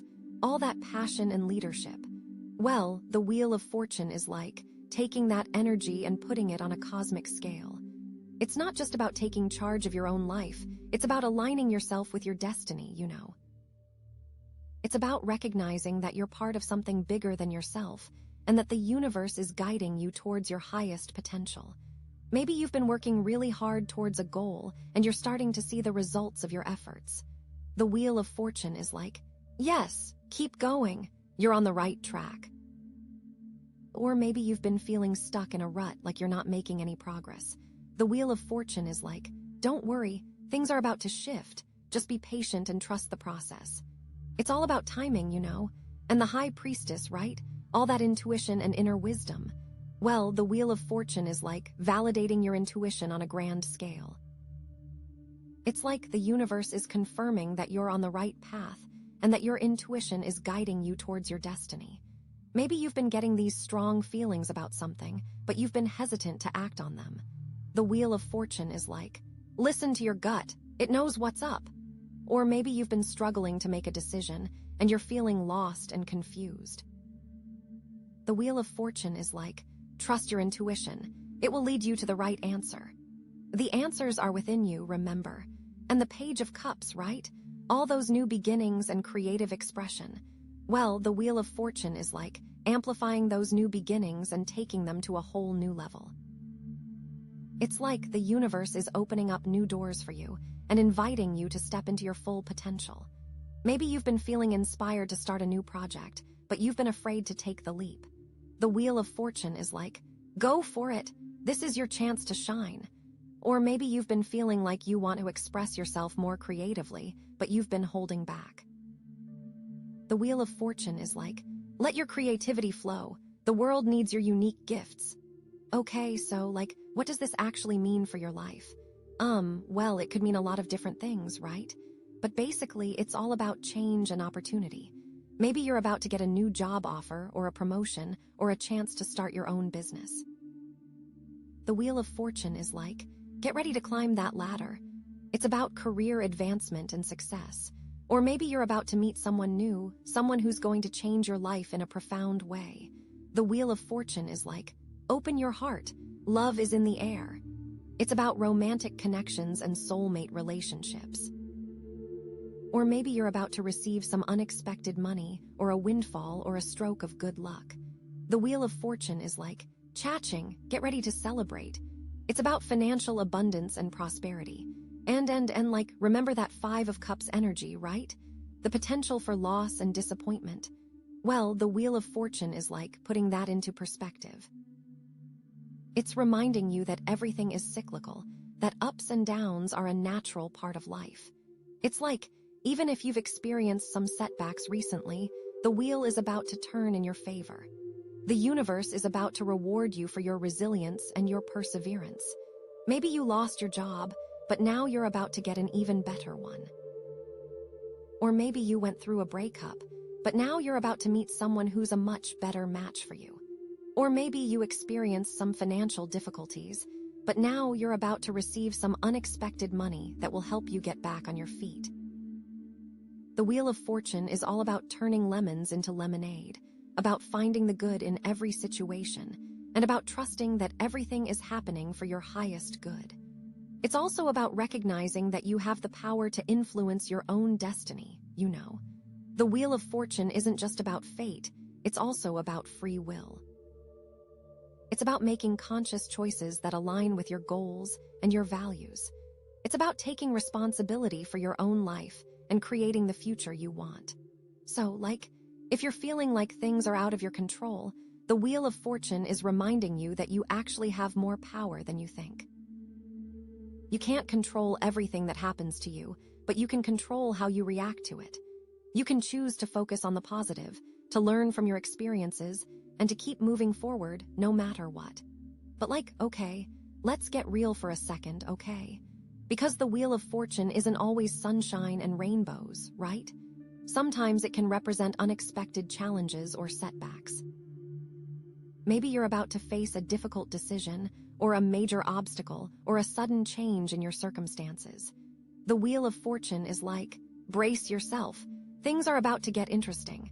But even when the wheel brings challenges, it's still ultimately a positive card. It's a reminder that challenges are opportunities for growth, that setbacks are setups for comebacks, and that even the darkest clouds have a silver lining.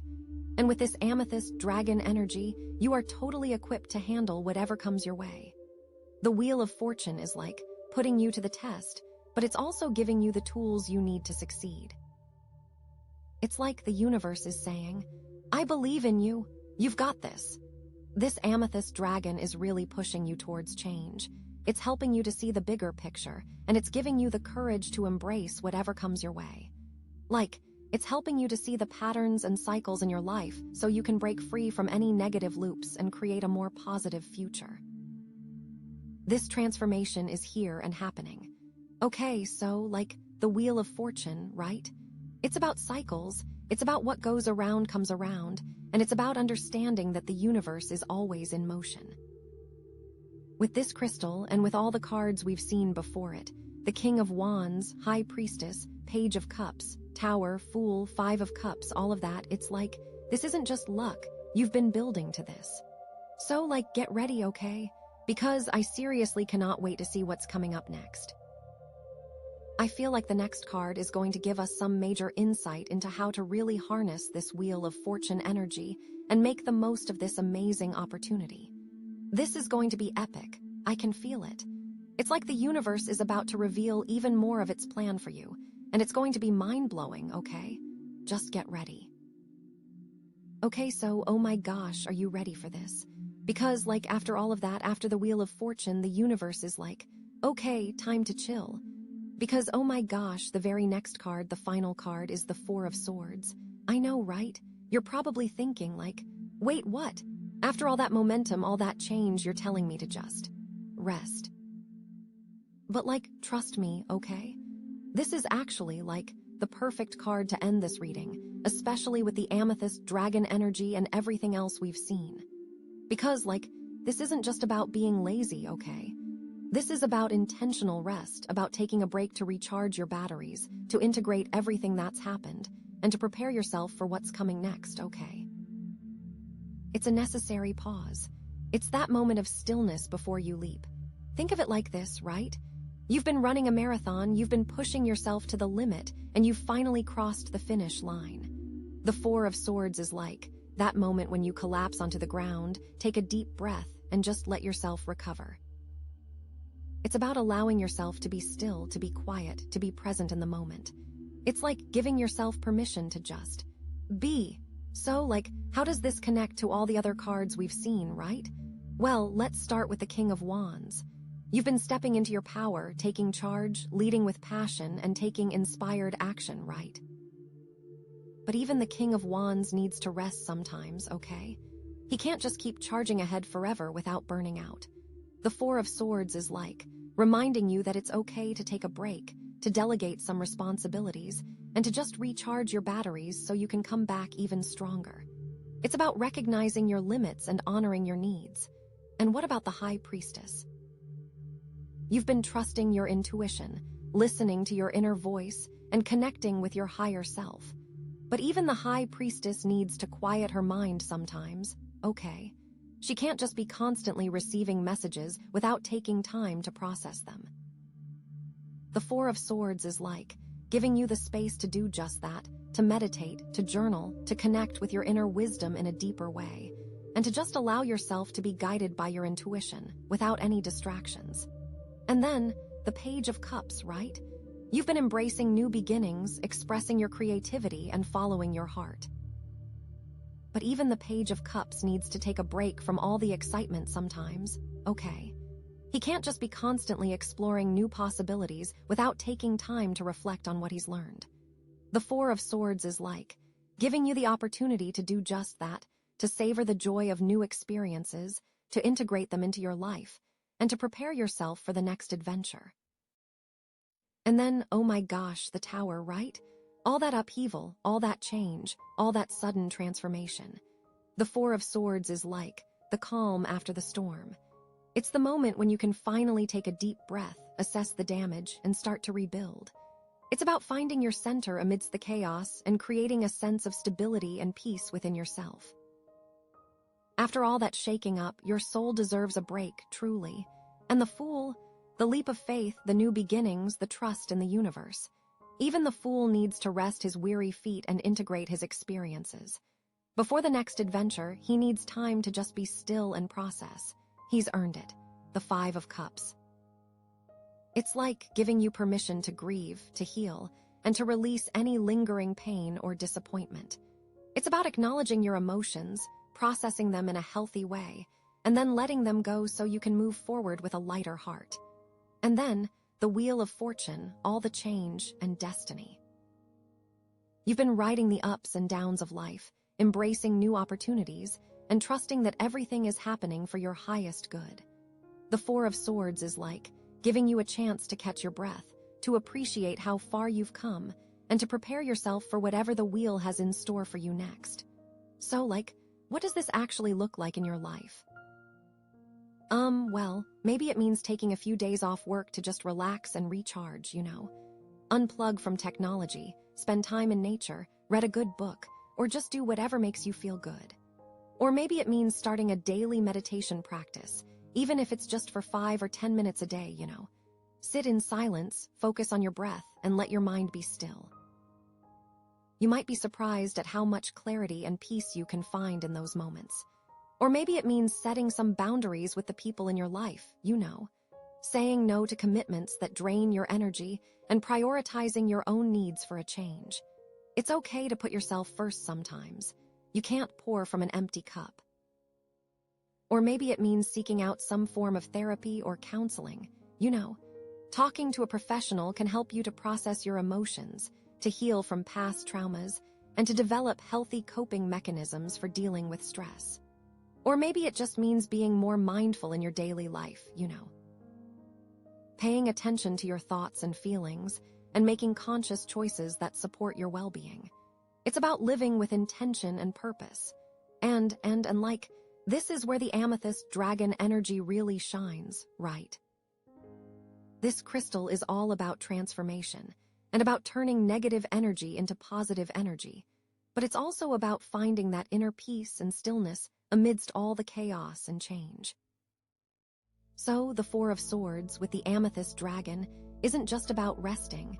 It's about using that rest to transform yourself, to connect with your inner power, and to prepare yourself for the next chapter of your life. This rest is transformational. And okay, like, don't forget about the soaring wisdom theme.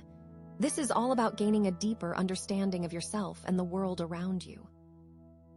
The Four of Swords is a reminder that true wisdom comes from stillness, from taking the time to reflect, to learn, and to grow. It's about soaring above the noise and the distractions and connecting with your inner truth. Okay, so, like, yeah, the Four of Swords might seem like a simple card, but it's actually a really powerful message about the importance of rest, reflection, and renewal. Okay. So, like, embrace this opportunity to take a break, to recharge your batteries, and to prepare yourself for whatever comes next, knowing that you are supported, you are loved, and you are always guided by the universe. It is about trusting yourself, your intuition, and that the universe has your back. You've come so far, you've overcome so many challenges, and you're on the verge of something truly amazing. But before you can step into that next level, you need to give yourself permission to rest, to heal, and to just be. You've absolutely earned it. Trust the timing of your life. Trust the journey. Trust yourself. And trust that everything is unfolding exactly as it's meant to, okay? You've got this. And really, the most important thing is to listen to your own body, right? To listen to your own mind, your own spirit. What do you need right now? What will best support you in this moment? Trust that inner wisdom, okay? Like, you are so ready, so capable, so loved. Remember that. You have this power to create a life that aligns with your soul's deepest desires. This is your time to shine. I am so excited to see what you create next. Like, seriously, so excited. So, like, piled crystal amethyst dragon, that is where I'm going to leave this reading. Thank you so much for watching. Thank you for being yourself, and thank you for letting me read for you. I hope you all have a wonderful day or night whenever it is that you're watching this video. Sending you so much love and light. Bye.